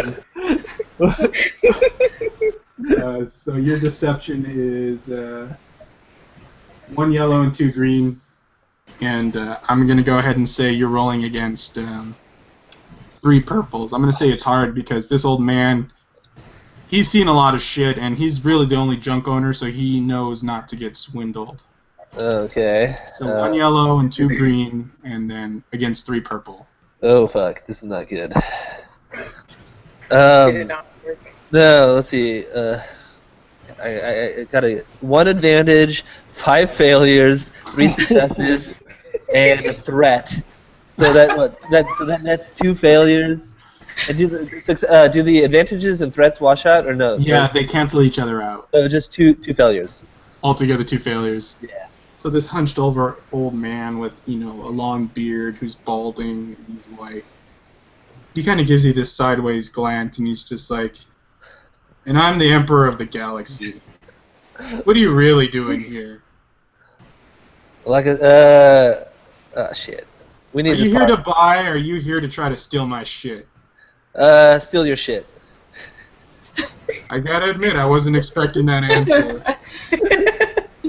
Just being up and front. then he pulls out a heavy blaster from underneath the counter and sets it on top and points at you. Get the fuck out of my shop. Okay. I'm gonna need to. So, what I'm gonna say is you leave the shop. Yeah. So, Touche. you failed pretty bad. I would have let you stay in there, but you failed twice. So you get the hell out of the shop. And as you're walking out, what do you say to Ascara and Vex 41? Well, being polite didn't work. Let's move it up. Big So, surprise. Or what we could have, because I was just trying to steal in. We could have the Wookiee go in and just be all like menacing, like you see this, looking for this, so the white way guy. I see it, I'm gonna save Lorik for the end because Okay. I'm playing him, but I want this to be about you guys. So Okay. what happens next doesn't work, then I'll have Lorik come in and try to strong arm him. So, Is there a way we could sneak in? Well, he hasn't seen our faces yet. He doesn't know who you guys are yet, so you I was guys can thinking still about- go in. Being extra feminine, taking in my medical bot, who is broken in some fashion, and asking if I could look for a part to fix it. Yes. Okay. I'm limping. that'll work. And then you could also, when you're looking for the part to fix your medical bot, the medical Vex 41 can find the part that we actually need to steal. Yep. Okay. Because we're stealing it. All right. So you guys walk in. I'm going to say Ascara walks in first, and then a medical droid shortly behind.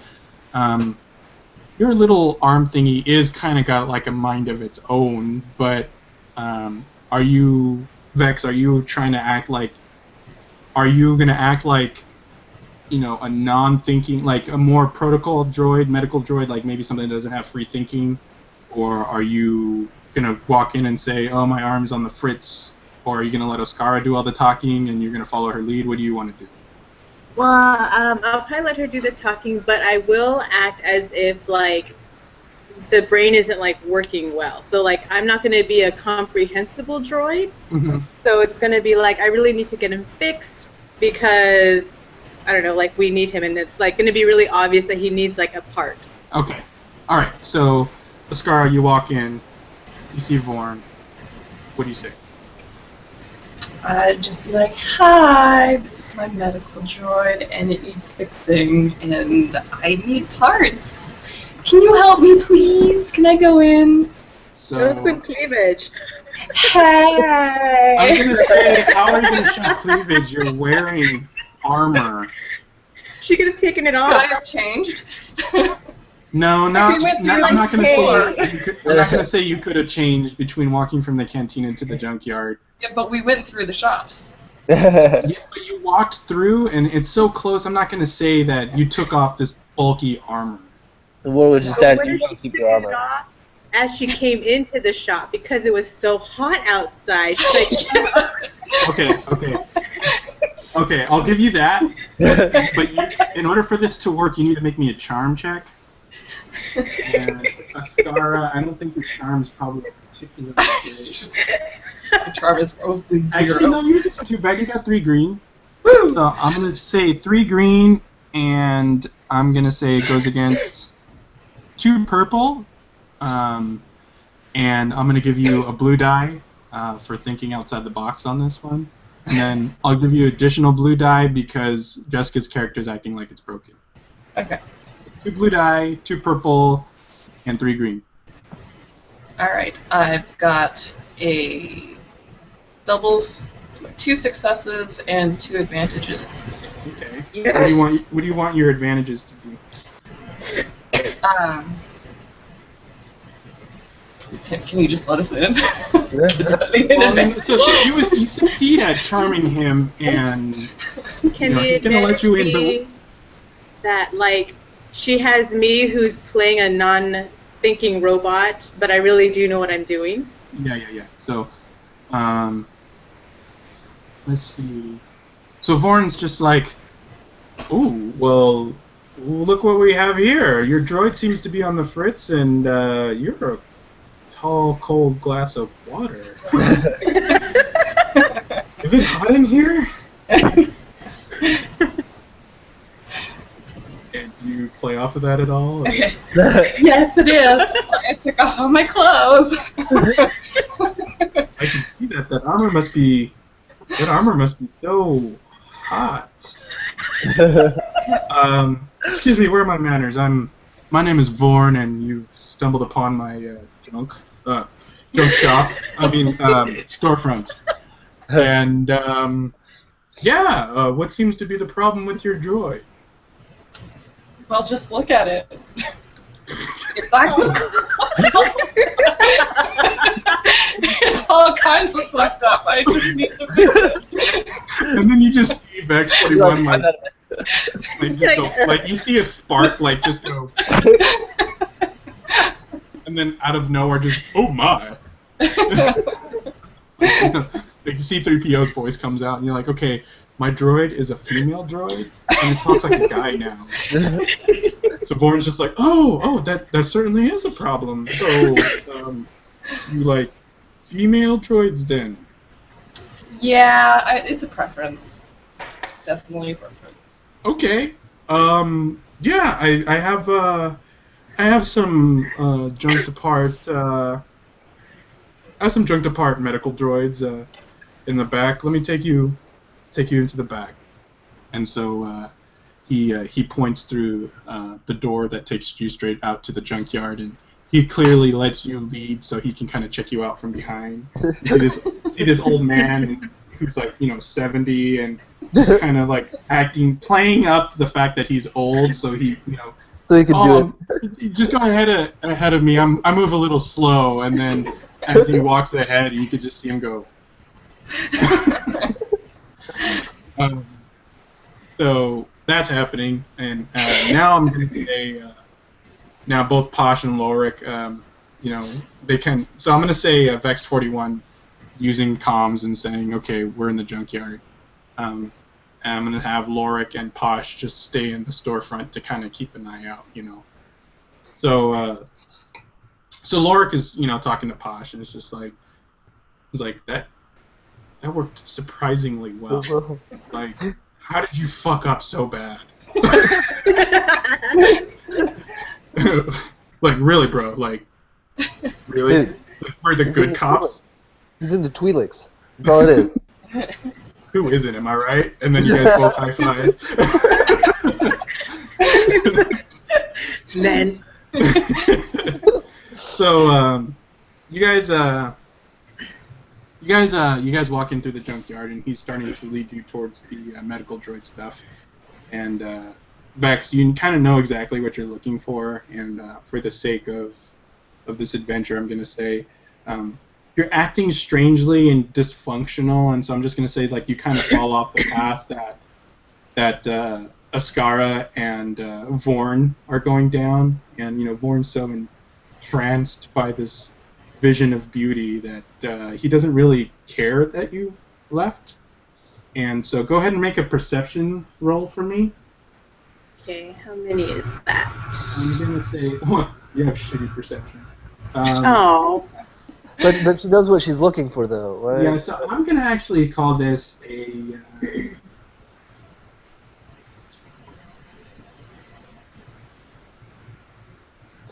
I'm going to call this maybe a computer's check, then. You know what the part looks like. You know what kind of ship it's going to be in. This junkyard is not huge, and everything seems to be laid out in a way that makes sense. Okay. So I'm going to say you're maybe... 5 green? Wait, is that right? 4 green, I think it is? 4 green. I'm going to say it's 4 green. it's going to be 2 purples.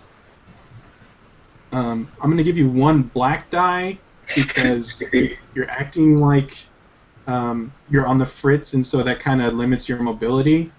But I'm going to give you 1 blue die because he's distracted. Okay, so 4 green, 1 blue, 2 purples, 1 black. Yes. I got 2 successes and 1 advantage. So you are able to find the part. You walk down, you see the scraps of old ships, and you can see the part was actually taken out from the ship and is actually handily available. And let's see. Let me see.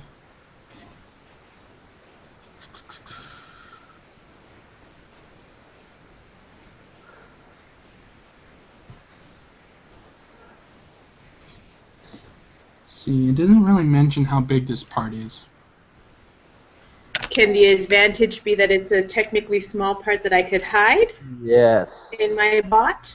How many advantages did you have? I had one advantage.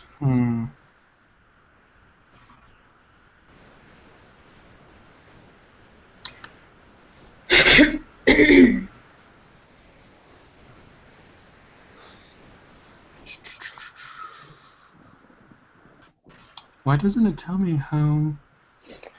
That would be an important piece of information to know. I know.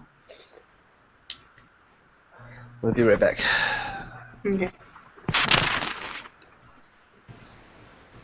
I just realized I've never actually seen Troy's house. I want a house tour too. Well, this is my bedroom. Oh yeah, I haven't seen yours. Panicked. No. What? Are you still at the apartment? No, I had to move because I couldn't afford it, so I'm living with Troy. Oh. Oh, So, you guys are in the same house. yeah. Ah. I can't panic because it's my desktop. I mean, I could pick it up and try and move it around. But Oh, I see. that would Never suck. mind.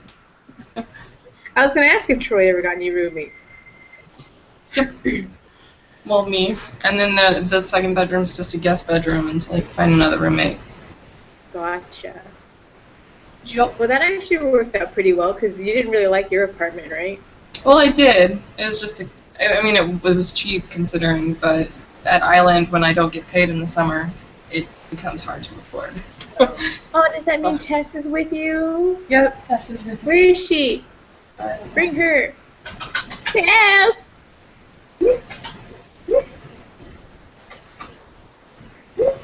She's stretching. Hold on.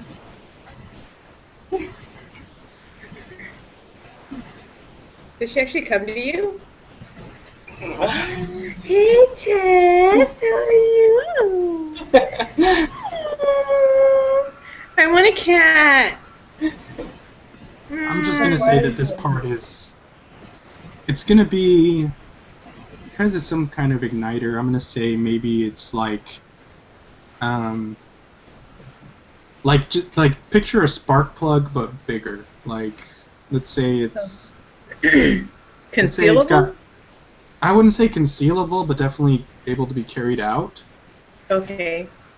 So your advantage is when you look at the part and you inspect it, you know it works. It's a working part. That's your advantage. So you don't have to try to fish for information to see if it actually works. Just by gauging at it, looking at it, you could see that there was care taken out of. There was care put into whoever took this out of the ship. Mm-hmm. But you know you won't be able to hide it.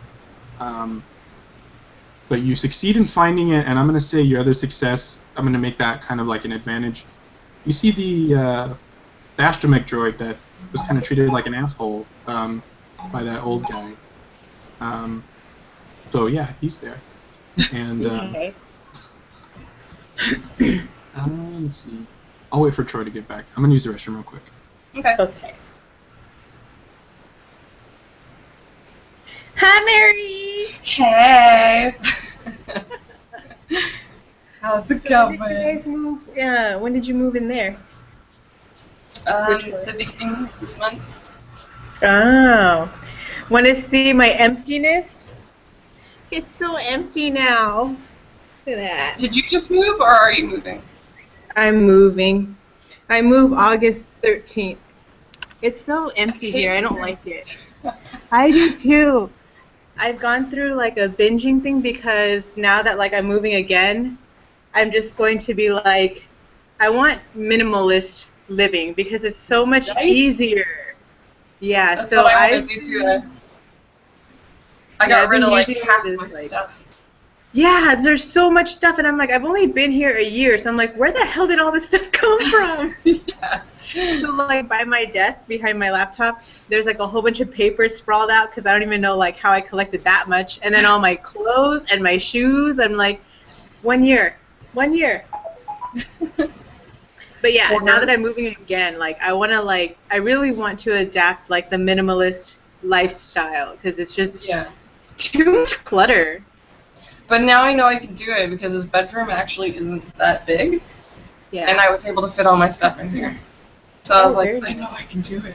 I can live Yeah. in a tiny studio apartment and survive. Yeah, I'm moving to a studio, so it's going to be half the size of this apartment. And I didn't think that I would like something that's small, but actually it's a lot better because this place is bigger than I thought it would be after Kim moved out. Like there's so much empty space, and I don't like the way it feels. It's kind of like creepy. Well, it's just like my one-bedroom apartment. I spent all of my time in the living room. I hardly ever stepped foot Yeah. in my bedroom. It's too big. Yeah. So I definitely like the studio. I think is 500 square feet, whereas this one is like 900 square feet. So I'm definitely going to enjoy the smaller space. Are you living by yourself? Yeah. Yay! Yeah, at first it was kind of like lonely because I think I was so used to having Kim around. But like now that's been a couple weeks, I've kind of gotten used to it. I've like kind of picked up a new routine. And so it's adapting. I think once I move into the new place, I'll be like a little bit more at ease because it won't feel empty and lonely. Yeah. I liked living on my own. It was nice. Yeah. I like it if it's like in a nice area. At first, the other apartment I thought was a nice area had like really sketchy people, so that kind of freaked me out. But I think the one that I found now is good and it looks comfy and the gym in the common area looks nice. So hopefully it'll be a fun experience living on my own. Cool. I'll have to come visit. Yes, come visit.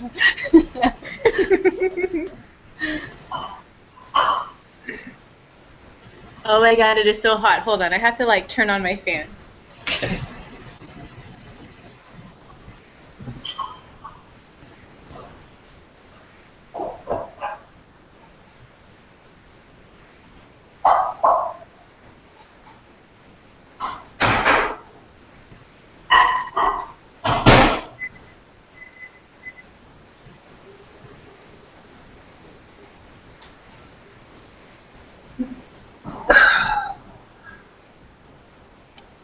Let's go.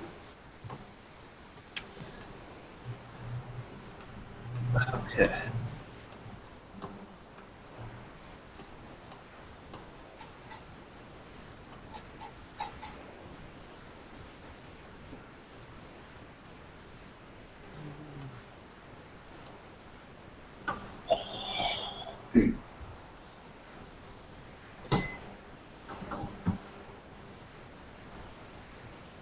Oh, much better.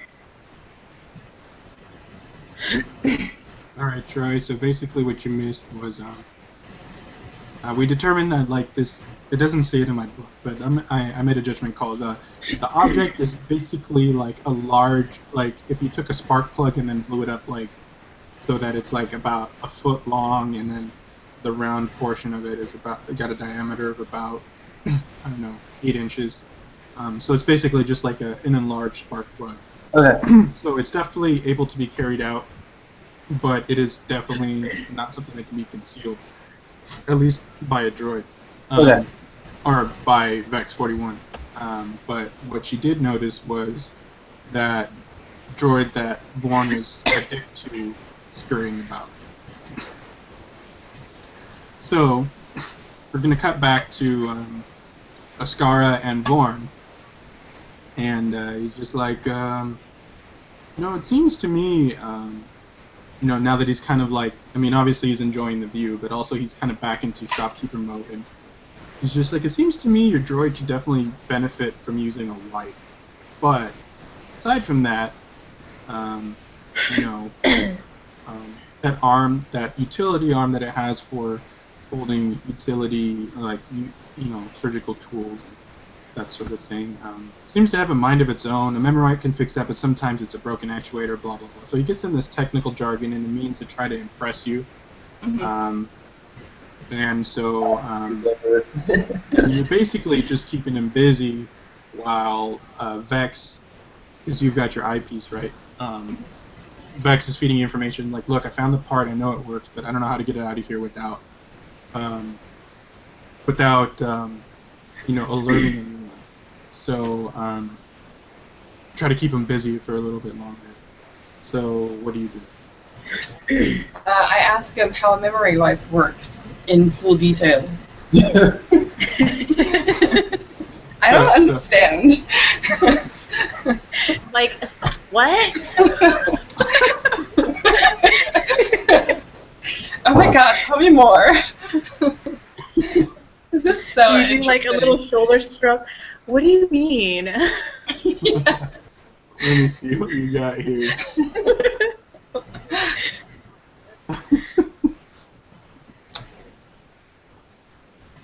Okay. Go ahead and roll. I'm gonna say that's a deceit check. But he's already kind of feeling you, so I'll make it 1 purple. Okay. Versus your yellow and green. Or deceit.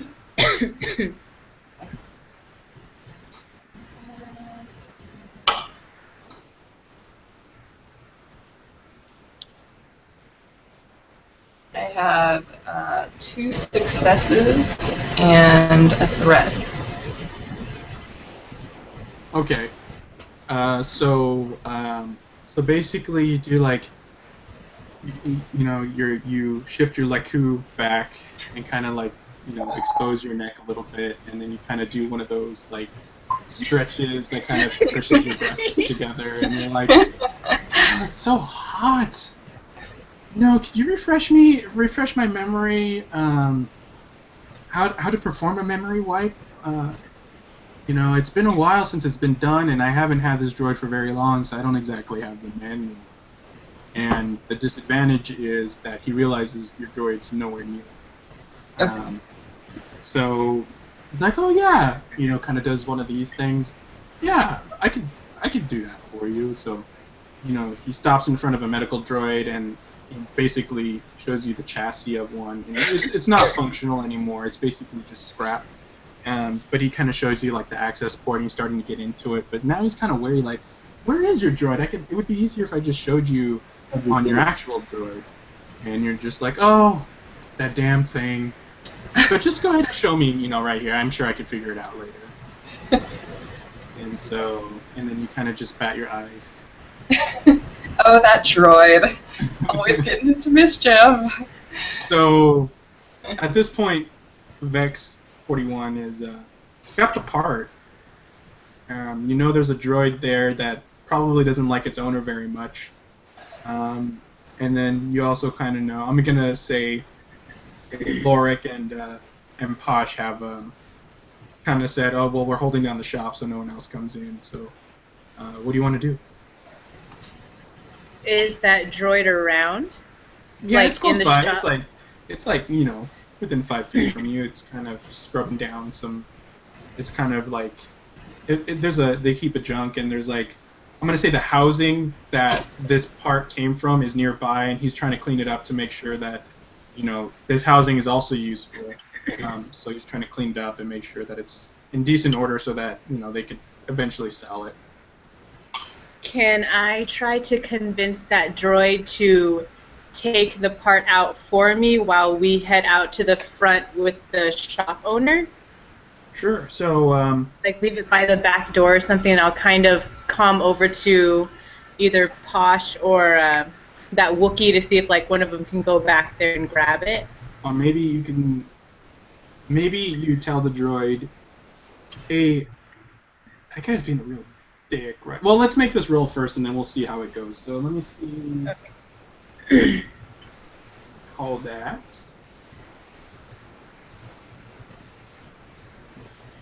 I'll call that charm. Charm. I'm gonna give you. So it's gonna be 1 yellow and 1 green for you against one purple die, because it's just a basic astromech droid that's kind of non-functional. It kind of just stuck there. So, and so 1 purple, you're 1 yellow and green, and then I'll give you 1 blue die, because you have. I mean, you obviously saw the way he interacted with Thorn interacted with his droid, and you two are also a droid, so you can kind of get a sense of how that particular droid is feeling. Owners, they suck. Oh, so I got 3 advantages. So no success? No success. Interesting. Ooh, So does the droid have what are those security bolts on it? It's a restraining bolt. Restraining bolt? I'm going to say, the droid is just like, yeah, that guy's kind of a dick, but I can't really do anything about it. So your advantages are you immediately notice the restraining bolt that you didn't notice before.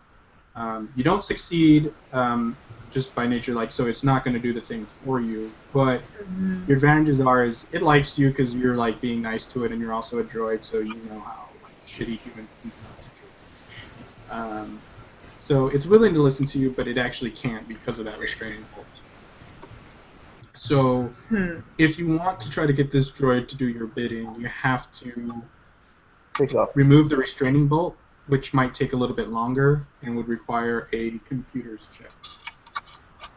okay. So I'll try that. Before you do that, I'm going to cut to Posh and Lorik. What are you guys up to? Well, we're standing just inside the shop, right? You guys are inside the shop. You basically got free run of the place because what are you guys like? Are you guys going? It says it's closed. Then nobody else comes in. We're just kind of looking through all the scrap parts that are around.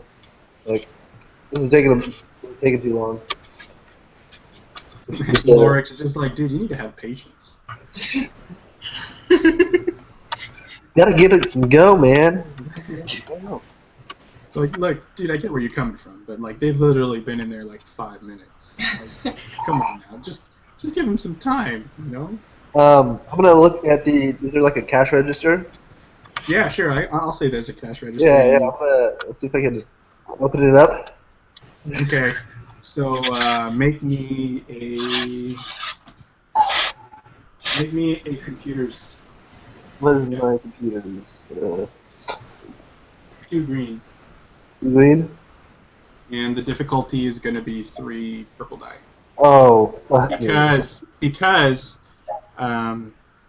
he is also keenly aware he pulls in a lot of business because people always need scrap parts around here. So people are going to try to steal from him. So he secured his cash drawer in such a way that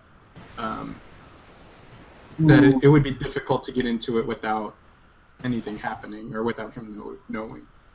But is there any way I could check to see that there's no security, that there's no alarm that's going to go off when I fail this roll? I'm going to say... Okay, so make me a perception roll before you do your computer roll. Yeah, the perception is...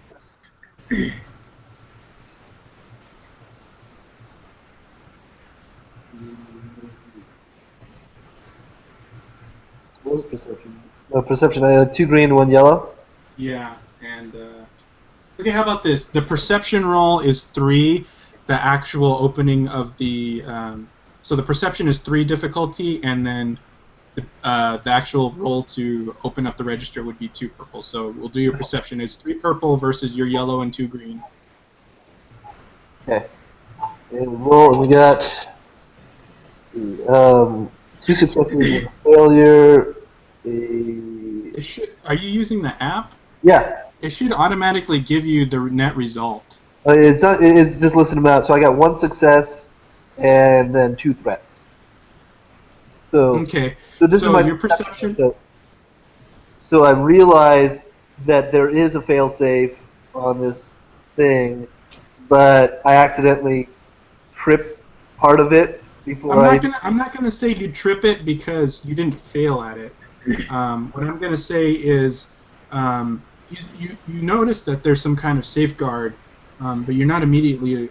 You don't know what that safeguard is. You don't know like your knowledge of computers isn't such that you can figure out like what a back way in to the system would be. Okay. So you know because you don't know that. You're going to have disadvantage on your next roll if you do decide to break into it. So you know that there's a safeguard, but you also know that the chances of you tripping that safeguard are pretty likely if you decide to raid this cash register because you just don't know what nature of safeguard he's got. Like I said, he's a wily old man. He's smarter than what he looks. And he wouldn't have done a whole lot of business on this planet if people were able to figure Yeah. out what he's got going on. No. So do you decide to try to raid the register? I go on comms and be like, "You guys need a distraction because I might have a distraction ready." Pull it out to the put it out to the group. Okay. So Okay, that might work. you kind of give Lorik the what's up, and he's like, "Oh, that could work." You know, let's see what they say. So Ascara, you see that come up in your HUD, a message on the comms saying distraction ready if needed, and then Vex 41 sees it. Let's see.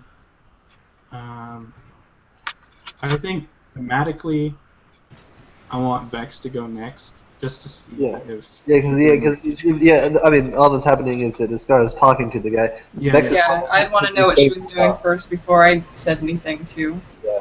So Vex, you How's send it- out a blurb online. What do you say?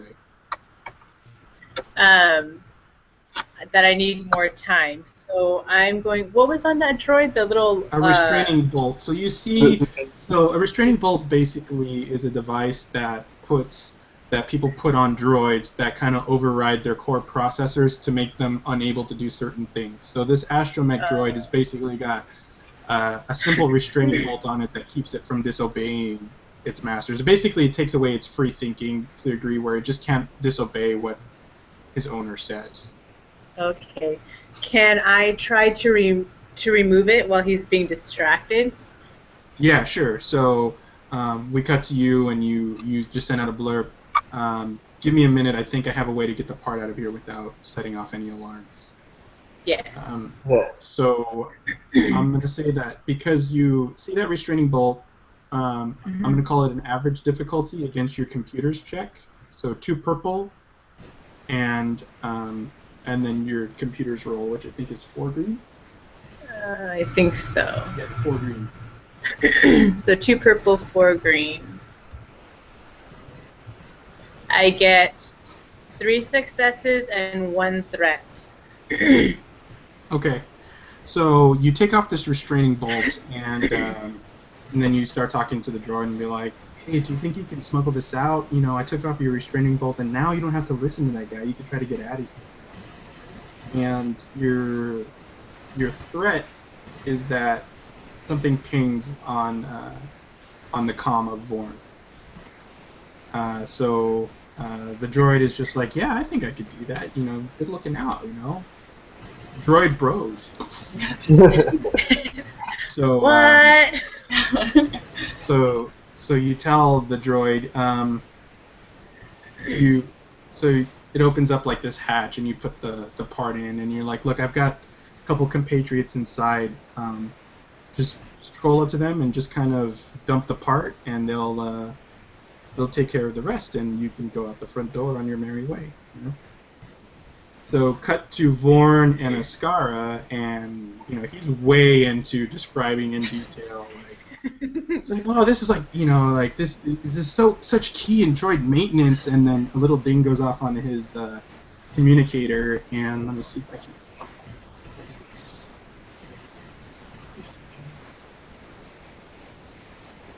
can.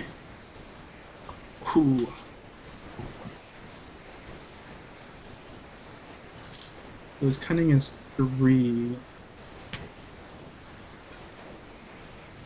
So he gets 3 green. I'm gonna say because he's distracted, he gets a black die, and his difficulty is average.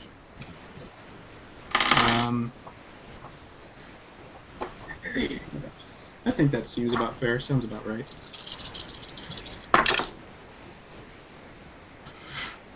So he super fails. So like, you notice like a little light go off on his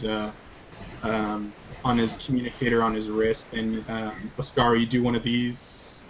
Let me touch his wrist. Yeah. Hi. And he's like, he gets visibly flustered, and he's like, so anyway, we need to clear the RAM, and man, it is really hot outside. So he doesn't notice the ding going off, and so he's still successfully distracted, and so now we got bleep bloop bloop bloop bloop bloop bloop, and Vex lets Lorik and Posh know, hey, there's gonna be this droid that's just gonna kind of inconspicuously drop a part. That's the part we need. Go ahead and just pick that up, and then ignore the droid. And so droid's like bleep bloop, you know, all cute, and you know, he's like, wee, I'm free, and you see the droid come in through the back door, and Laura sees like a Wookiee and the other human who came in, and it just like it opens up the drive like doors on its belly, and just kind of unceremoniously just goes, and then you see it disappear into the scrap pile, and then you come out and its little eyepiece just turns red, and it's got like some kind of stun baton, and it's gonna go back into the junkyard. Oh shit! And so, Posh and Lorik, what do you guys do? Well, I think now's a good time to set off the distraction. I think that droid's gonna go tase the old man. Okay, so you're gonna set off the distraction? No, I'm not gonna set it. I'm gonna try to just rob it successfully, but if I fail, then it's a distraction. Okay, so I'm gonna say this: because so I'm gonna give you 1 black die because you don't know what the failsafe is, but the difficulty is still gonna be average because the cash register itself is not like incredibly sophisticated. It's not meant to deter you from stealing it. It's more meant to set off some kind of alarm or some kind of safeguard that you don't know about. So you're 2 green, 1 yellow, 2 purple, and a black. Sure. Sounds about right. And let's see, 2 fails, 4 successes, 2 threats. So 2 successes and 2 threats. Okay. So cuts back to Oscara, and you're just being uber charming and very femme fatale, and you're holding on to your armor, and all of a sudden you hear like a whoop, like out in the junkyard, and then on his communicator turns red. He's just like, oh, for fuck's sake, excuse me, I'll be right back. And then you could see him start cutting towards the entrance, and you immediately know something's up. And so, what do you do? I'll want to communicate to the other people to see if we got what we need. So if we need to just make a run for it, we can. Okay. So, I'm gonna say Lorik gets on the communicator, and all you hear is grrr, and basically it translates to, we got the part, Posh set off the distraction to kind of add more chaos, but that droid just kind of disappeared with the stun baton, so just keep an eye out. And so so Vex just acts like it's not a broken droid anymore because clearly something's up. And you're walking normally, and Oscara, you put your armor back on because you're like, God, I had that off for way too long. What if something happened? like you come out of like a daze, you're like, what just happened? Like how, like you're not used to playing that femme fatale role, but it just worked. I gotta go take a shower and wash it all off. Just like the filth. Oh my god. And you put your armor back on and you just feel better, and then you're kind of chasing behind this old man who is more sprightly than you realize because he was playing up the old man bit, and then you just see this droid with a stun baton trying to attack the old man. He's like, wait, what the hell? Who gave you a stun baton? What happened to your street? And then so he just starts running away with this droid going, whee! Like, so you guys get back into the shop while this old man is, like I picture it like those old school Tom and Jerry cartoons where, Tom is getting like stung in the butt by like something and he's going, ow, ow, and like that's how I imagine that happening. And so you guys show up. Troy, you managed to raid the register. There's actually not a whole ton of cash in there. I'm gonna say you get 100 credits. Okay. And Lorik sees you take the credits and he's just like, yeah, I thought there'd be more in there. And you guys scurry off and leave. You guys want to do anything while you're here? See if there's any other scrap, or you guys? Are we gonna need anything? Well, your arm thing is still kind of on the fritz. Yeah. Do you want to try to fix that, or do you like? Do you want to pick up? Are there any parts that you need? Like, are there any? Yeah. Maybe I'll pick up a part for my arm just to see if there's one available, since the shop is kind of ours now. Yeah. So make me an easy perception roll. It's gonna be 1 purple versus your 1 green. I'll give you a blue die too because you have the shop to yourself.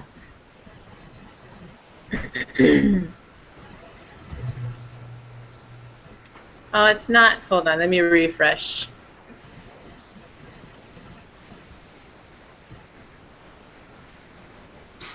Two threats.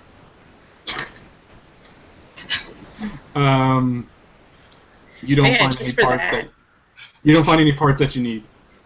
Nope. I'm just gonna say you don't find anything that you need. So now, pretty much, what's our next? Oh, get to the ship. Yeah, so the ship is located in Landing Bay Auric, but how like landing bays work and ships are like they are secured by like a spaceport.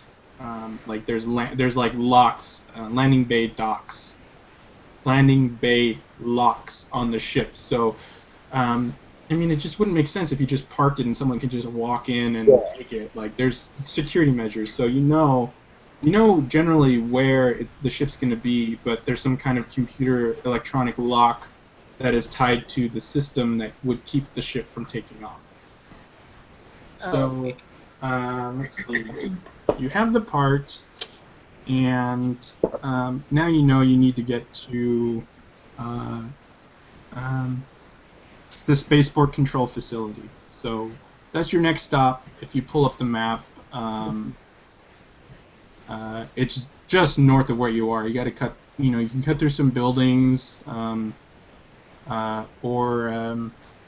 take that main route around the left towards it. You guys want to try to case the place, or? So this is the place that we have to get the key to unlock the ship, right? Or well, so basically, it's like think of it as like an air traffic control tower, only that this tower or building has like electronic codes that lock down the ship, and only when the owner is available and has the appropriate codes can that ship actually take off. So I'm going to send you guys. Well, I'll send you a photo of the spaceport control right now, but are you guys trying to case the place, or are you guys wanting to, like... I think we'll want to case it. Yeah. We gotta come up with a plan, because there's no way we can just go in easily to get the unlock.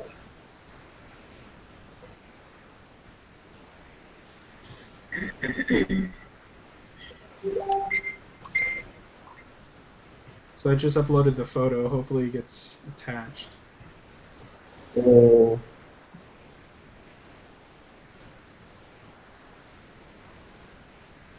Doesn't look like it. I just see the text. Yeah. Same. Okay, let me go to my Dropbox and see if I can load it there. That might be actually a better way to do it.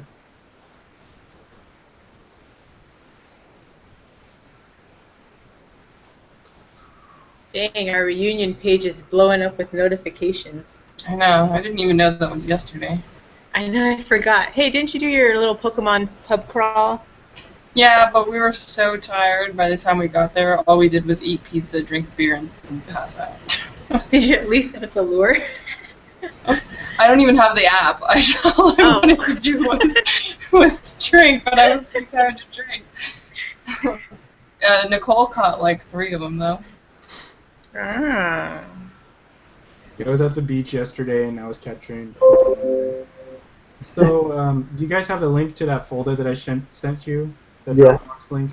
I uploaded the Okay. folders there, so you might be able to access them better there. Moss shooter. That's good work. Did that work?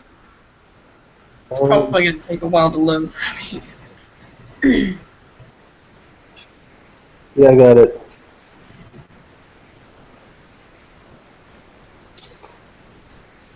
Site can't be reached. What? What? Oh. I got it. I don't have it yet. So slow.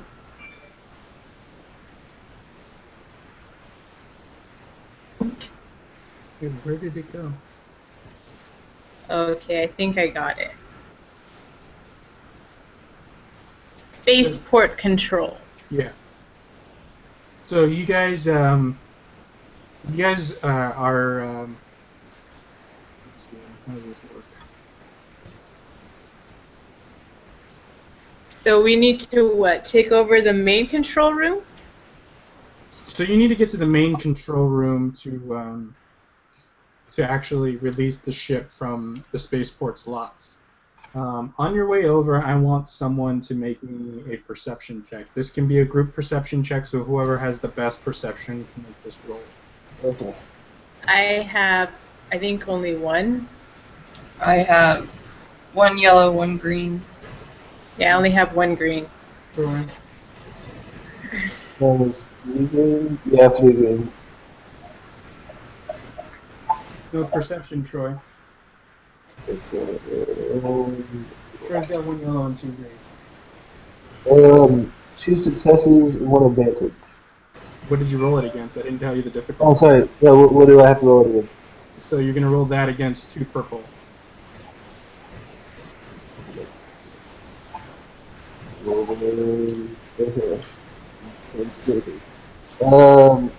1 success, the advantage, 1 threat.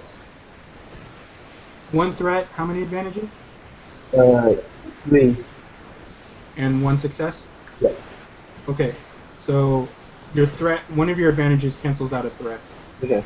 Okay, so you net 1 success and 2 advantages, right? Yeah.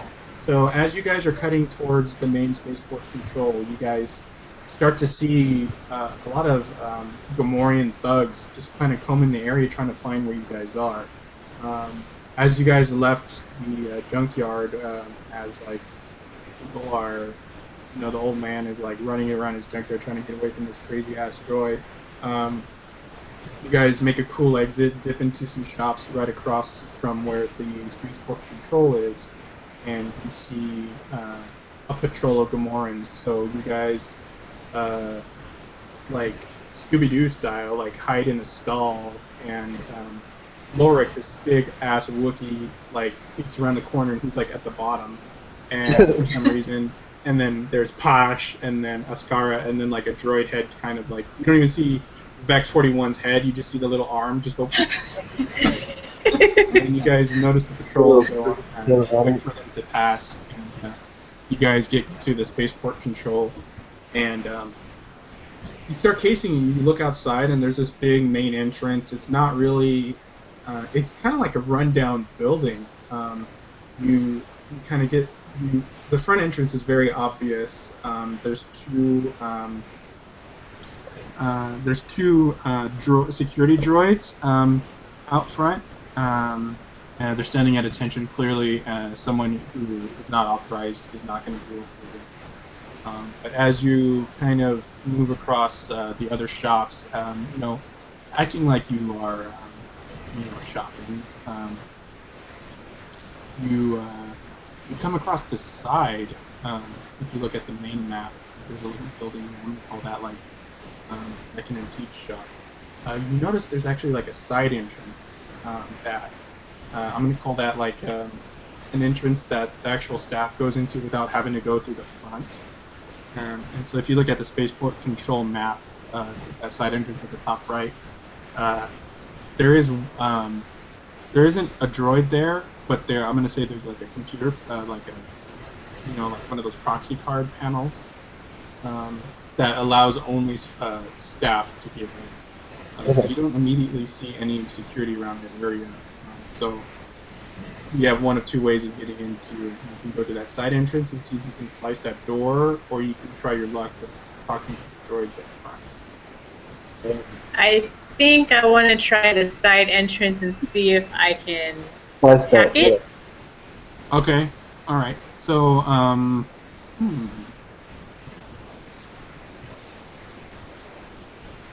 So,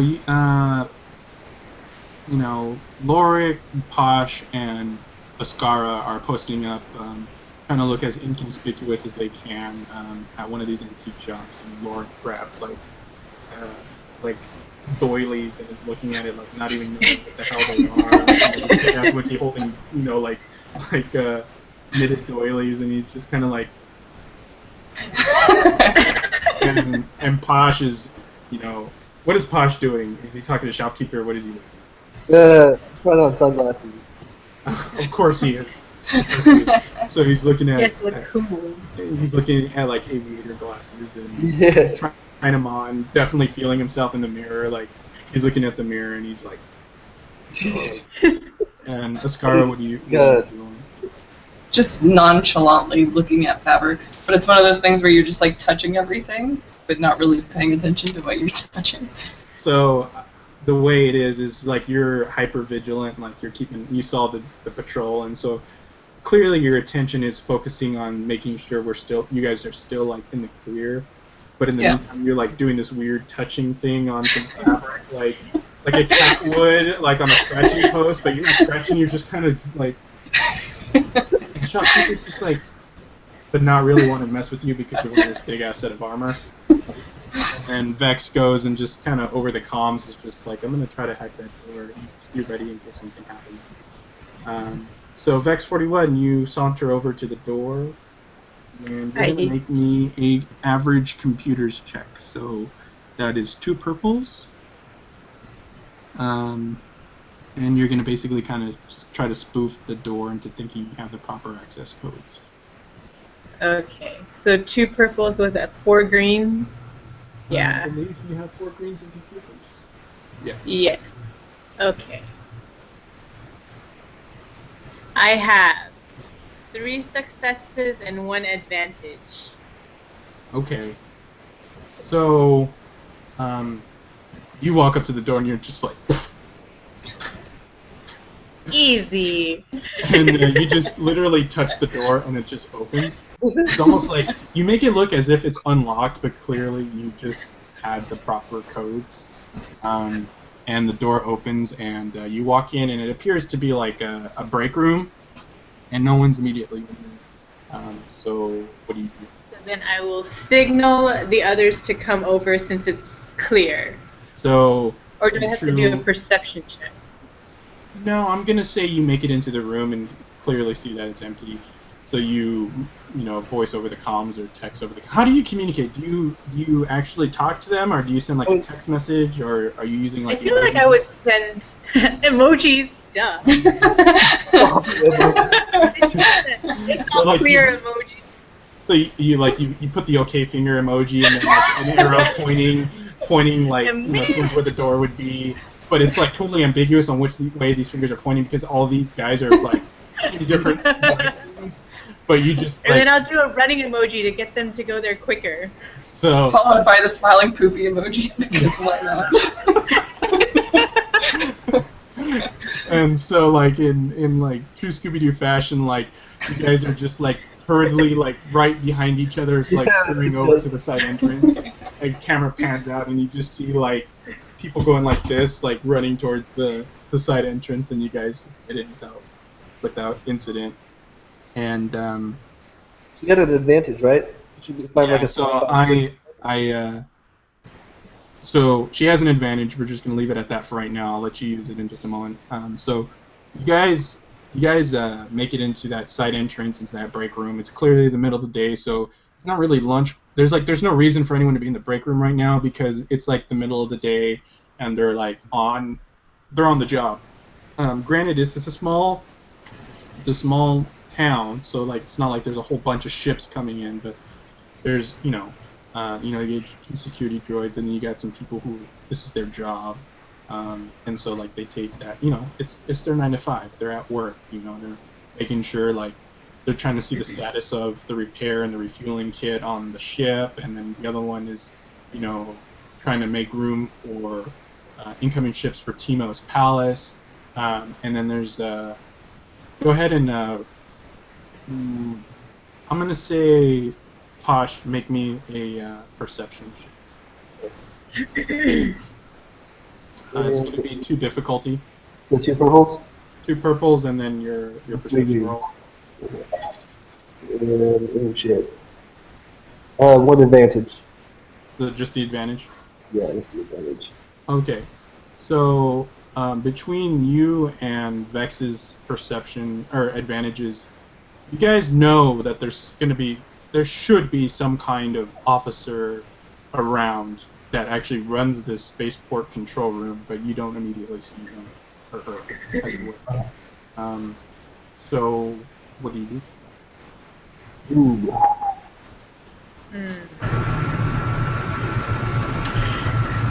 I feel like I'd just walk in there, like I own the place, and be like, I need to find my flight plan. I need to talk to the boss. Okay, so... Or what if you change into, like, their gear and to pretend to be one of them and just kind of, like, that's how you get your self around? It's a break room, but it's not like a supply room or a closet or anything like that. There's no uniforms lying around.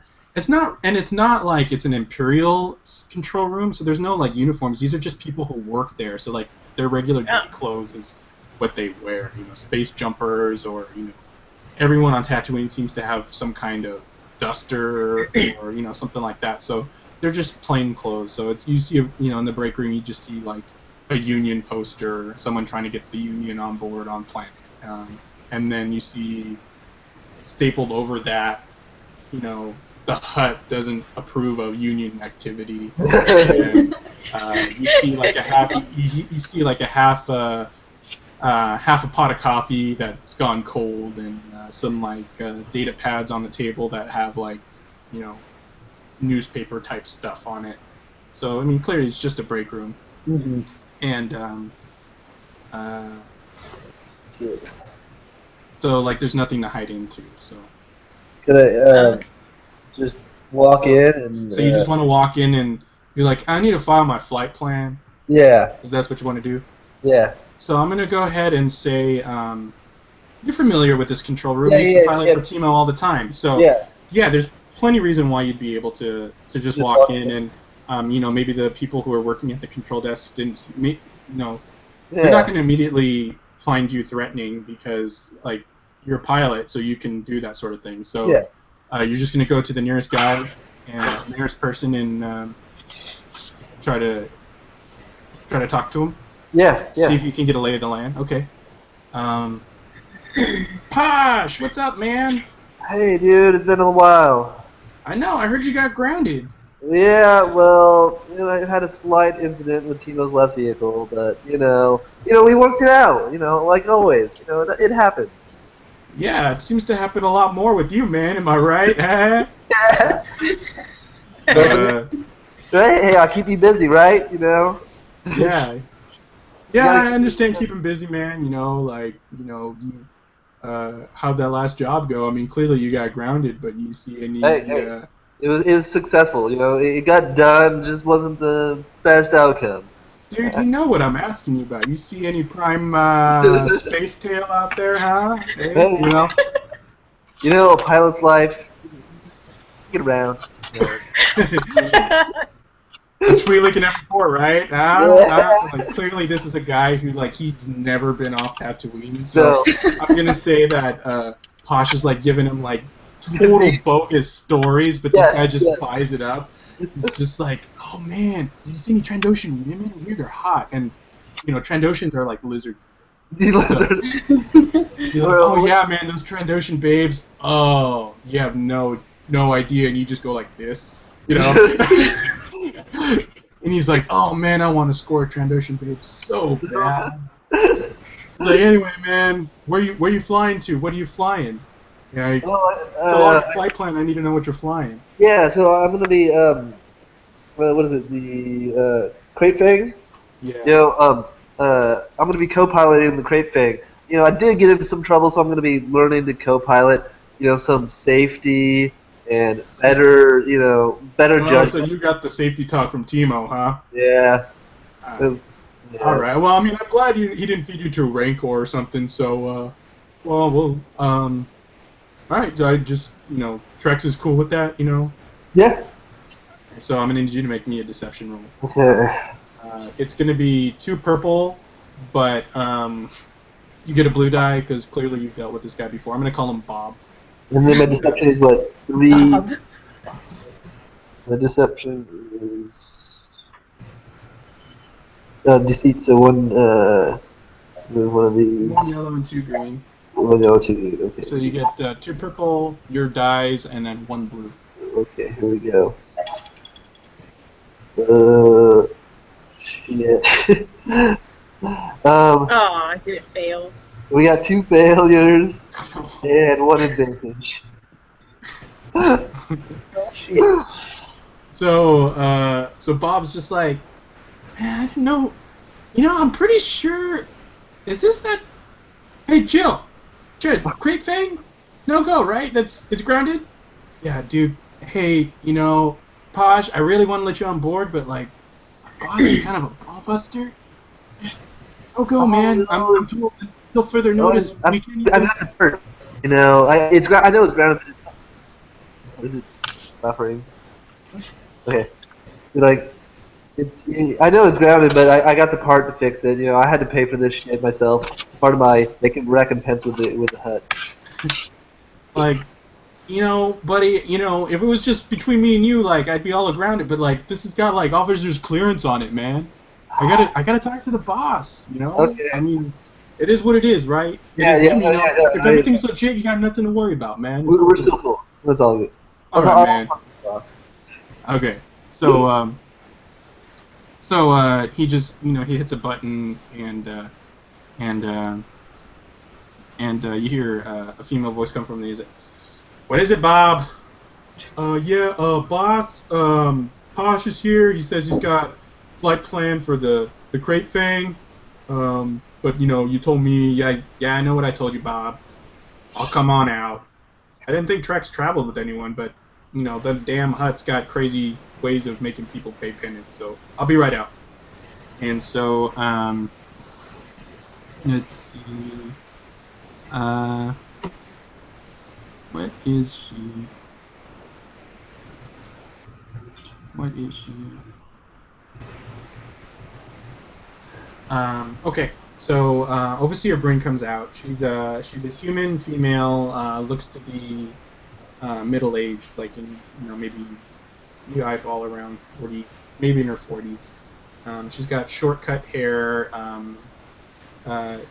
almost like a pixie cut, but more buzzed on one of the sides to kind of give it an edge to it. You can tell she's graying, but she owns it. She's got nothing to hide. She's running this place, and Timo treats her well, and it seems like she knows something is up, but she's willing to let something play out. You can tell she got the alert. Why wouldn't she have an alert from Timo? Yeah. But you can tell she's willing to humor you, and maybe she's got some other motives. So, Posh, didn't think Trex took on co-pilots. Yeah, it's not the normal, but I need some, you know, I need some advice, I guess, as Timo would say it. I need to learn how to not crash all my, ships. Yeah, usually ships you bring back in here come back worse for wear than when they left. It's the situations he put me in. It's not all me. Hey, if this was some other pilot, he'd be dead. Would be no ship. I'm inclined to believe you, Posh. You're a pretty sprightly guy. I like you, but we both know this is bullshit. What do you got for me, Posh? Shit. So, you clearly know that. Yeah, she's up. So Vex and Ascara have kind of been watching from afar, and Lorik is. I like just because obviously Lorik is a big ass Wookiee. I like to say like he's the cavalry in case something just goes sideways. So he's just ticking back. He's like, look, I know we're gonna know what's up if they see me. Like, and he looks wide-eyed at you, like they're gonna know. So he just he plops down onto a chair and takes the calf, which is coffee, and he just starts drinking out of the pot. He's like, I'll be here if you need me. And so Vex and Ascara, what do you guys do? Well, he robbed the cash register, so if she's willing to be bribed with money, we've got extra. Yeah, I think we should. We should also try to find out what she wants. Like, can we take her off planet? Obviously she got the alert about all of us. Maybe she saw the cool videos of us like total. So I'm gonna say she saw the space Instagram like that selfie is like prolific. Like that person who took it. Like I'm gonna call it like it's a viral. It's a Trandoshan, guy, so like you see this lizard face, and then all of a sudden there's a that exploding face, like, and the Trandoshan is just like, the Great Hunt has been here, because like they believe in like they're like bounty hunter like type planet, and the reason why they don't like Wookiees or Wookiees don't like them is because they hunt Wookiees for sport. So, so he's like totally like into the violence, and so like he's getting all kinds of DMs and ad requests, and that video has just made it viral. Like ever since Timo has seen it, everyone in the palace has seen it, everyone in the spaceport who isn't Vorn for some reason has seen it, and so she's really kind of impressed. And so, you can try to sweet talk her. Maybe she's got a little something for you. You got that Malcolm Reynolds vibe about you, and you're kind of turn on your charm, man. So be suave. So she got the alert, and then immediately saw that photo, and then obviously other people had like space Snapchat, and she's seen video of the wreckage that you left behind, but like someone just got the full on "sup bitches" and then. And, so, like, hashtag sup bitches.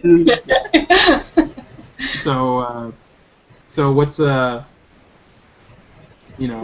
Let's be real. You think so? You have the sense that you'll be able to try to talk her into something. It's not going to immediately go hostile, but you do know that she has the authority to hold you up. Okay. Be like, let's be real. We're leaving. We're fed up with all the Hutt's bullshit. Well, that's a dangerous thing to admit around here. You do know, I'm basically in the employ of Timo, right? Yeah, but you're a strong, independent woman, and and I don't need no man, okay? Yeah, hey, don't let Timo bring you down. You own this, control room. This is yours, That's right. And so, what do you got for me? You want some autographs and some pictures? You can sell these things. These things are hot right now. That might work on someone who is half my age. What do you got for me, Posh? And she kind of bats an eye at you. What you want? Date on the dick. How about? You dig that grave.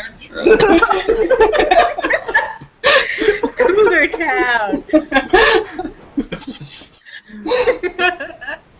Like I could like here's my comm number, you know. I feel Officer Bryn's just like, really a comm number? That's on your flight plan. I have your comm number. How do you help? So clearly she's turned off by how awkward this whole thing has happened. Like she basically gave him an open invitation, and now she's just like, what? God, I didn't think someone so like renowned to be that bad at picking up on signals. Like, okay, Posh, this is what It's almost like that headshot was an accident. She's like, okay, Posh, just let's cut the shit. Okay, you blew it. I want 2,000 credits for me to unlock these locking controls. And between all of you, you guys do not have 2,000 credits. No, we don't. How about a favor? You know, I'm always good for it. You know, win or lose, you know, I'm gonna end up back here. You know, it's gonna happen. Shit happens. Any back here. favor. Yeah, a favor. You know, Posh, I've been around this spaceport for a lot longer than you have. People don't come back here, especially if there's a prize as nice as the Crate Fang in the spaceport over yonder. well, You're not coming back. So make this worth my while. something on Ask the her, see if she thing wants that you to want. leave. Say that again? Is there anything you want on the Crate Fang? Or you want to see the stars with me in the Crate Fang? There we go. That's what I'm looking for. I'm like, Troy's gonna get there eventually. I imagine like Vex and me like on the comm, just like you're being a dick. You're being a dick. Like sending little hints. Go for stargazing. Go for stargazing. You're blowing it. Come on, a little Initially, bit of when you trust. crash and burn, you're sending poop emojis to him through the comms, and then like when he says like you want to see like you send an emoji with the stars for eyes, and then Posh is like, oh, stargazing. You want to do stargazing with me? Go across the galaxy. She's like, I'd really like that, Posh. You're all right. Well, actually, she doesn't say that yet. Make a charm check for me. Shit, what's my charm? I feel like I'm a very charming person. I feel like you are too, Yeah. despite what's So going charming. Oh, shit, where's my... You've got 1 yellow and 2 green. Okay. And what am I rolling against this?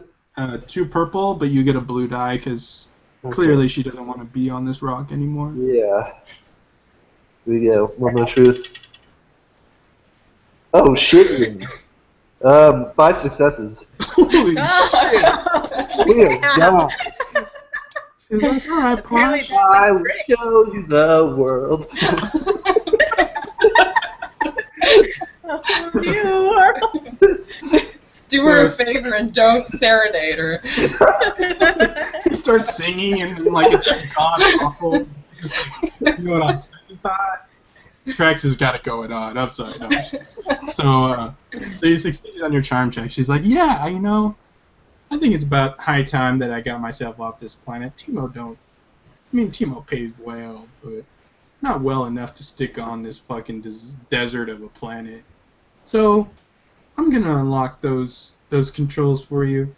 And then she motions to Bob and what do I call the other one? I'm gonna say Jill. You guys, go take 5, and do me a favor, don't come back. And they're like, they look at each other. Wait, so is this like a break, or like, I mean, because we were just gonna go get some Can you guys just, leave? Like, all right, boss, whatever you say. And so they leave. And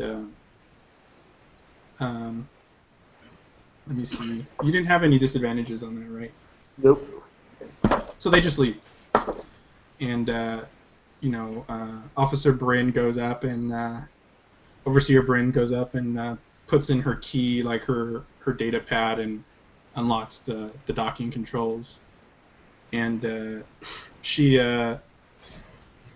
just like, now, last I heard, that ship needed Whatever the part was. whatever that part was. Like, so you're gonna need to go get that. So at this point, she doesn't know that you already have the part. So how do you want to play that?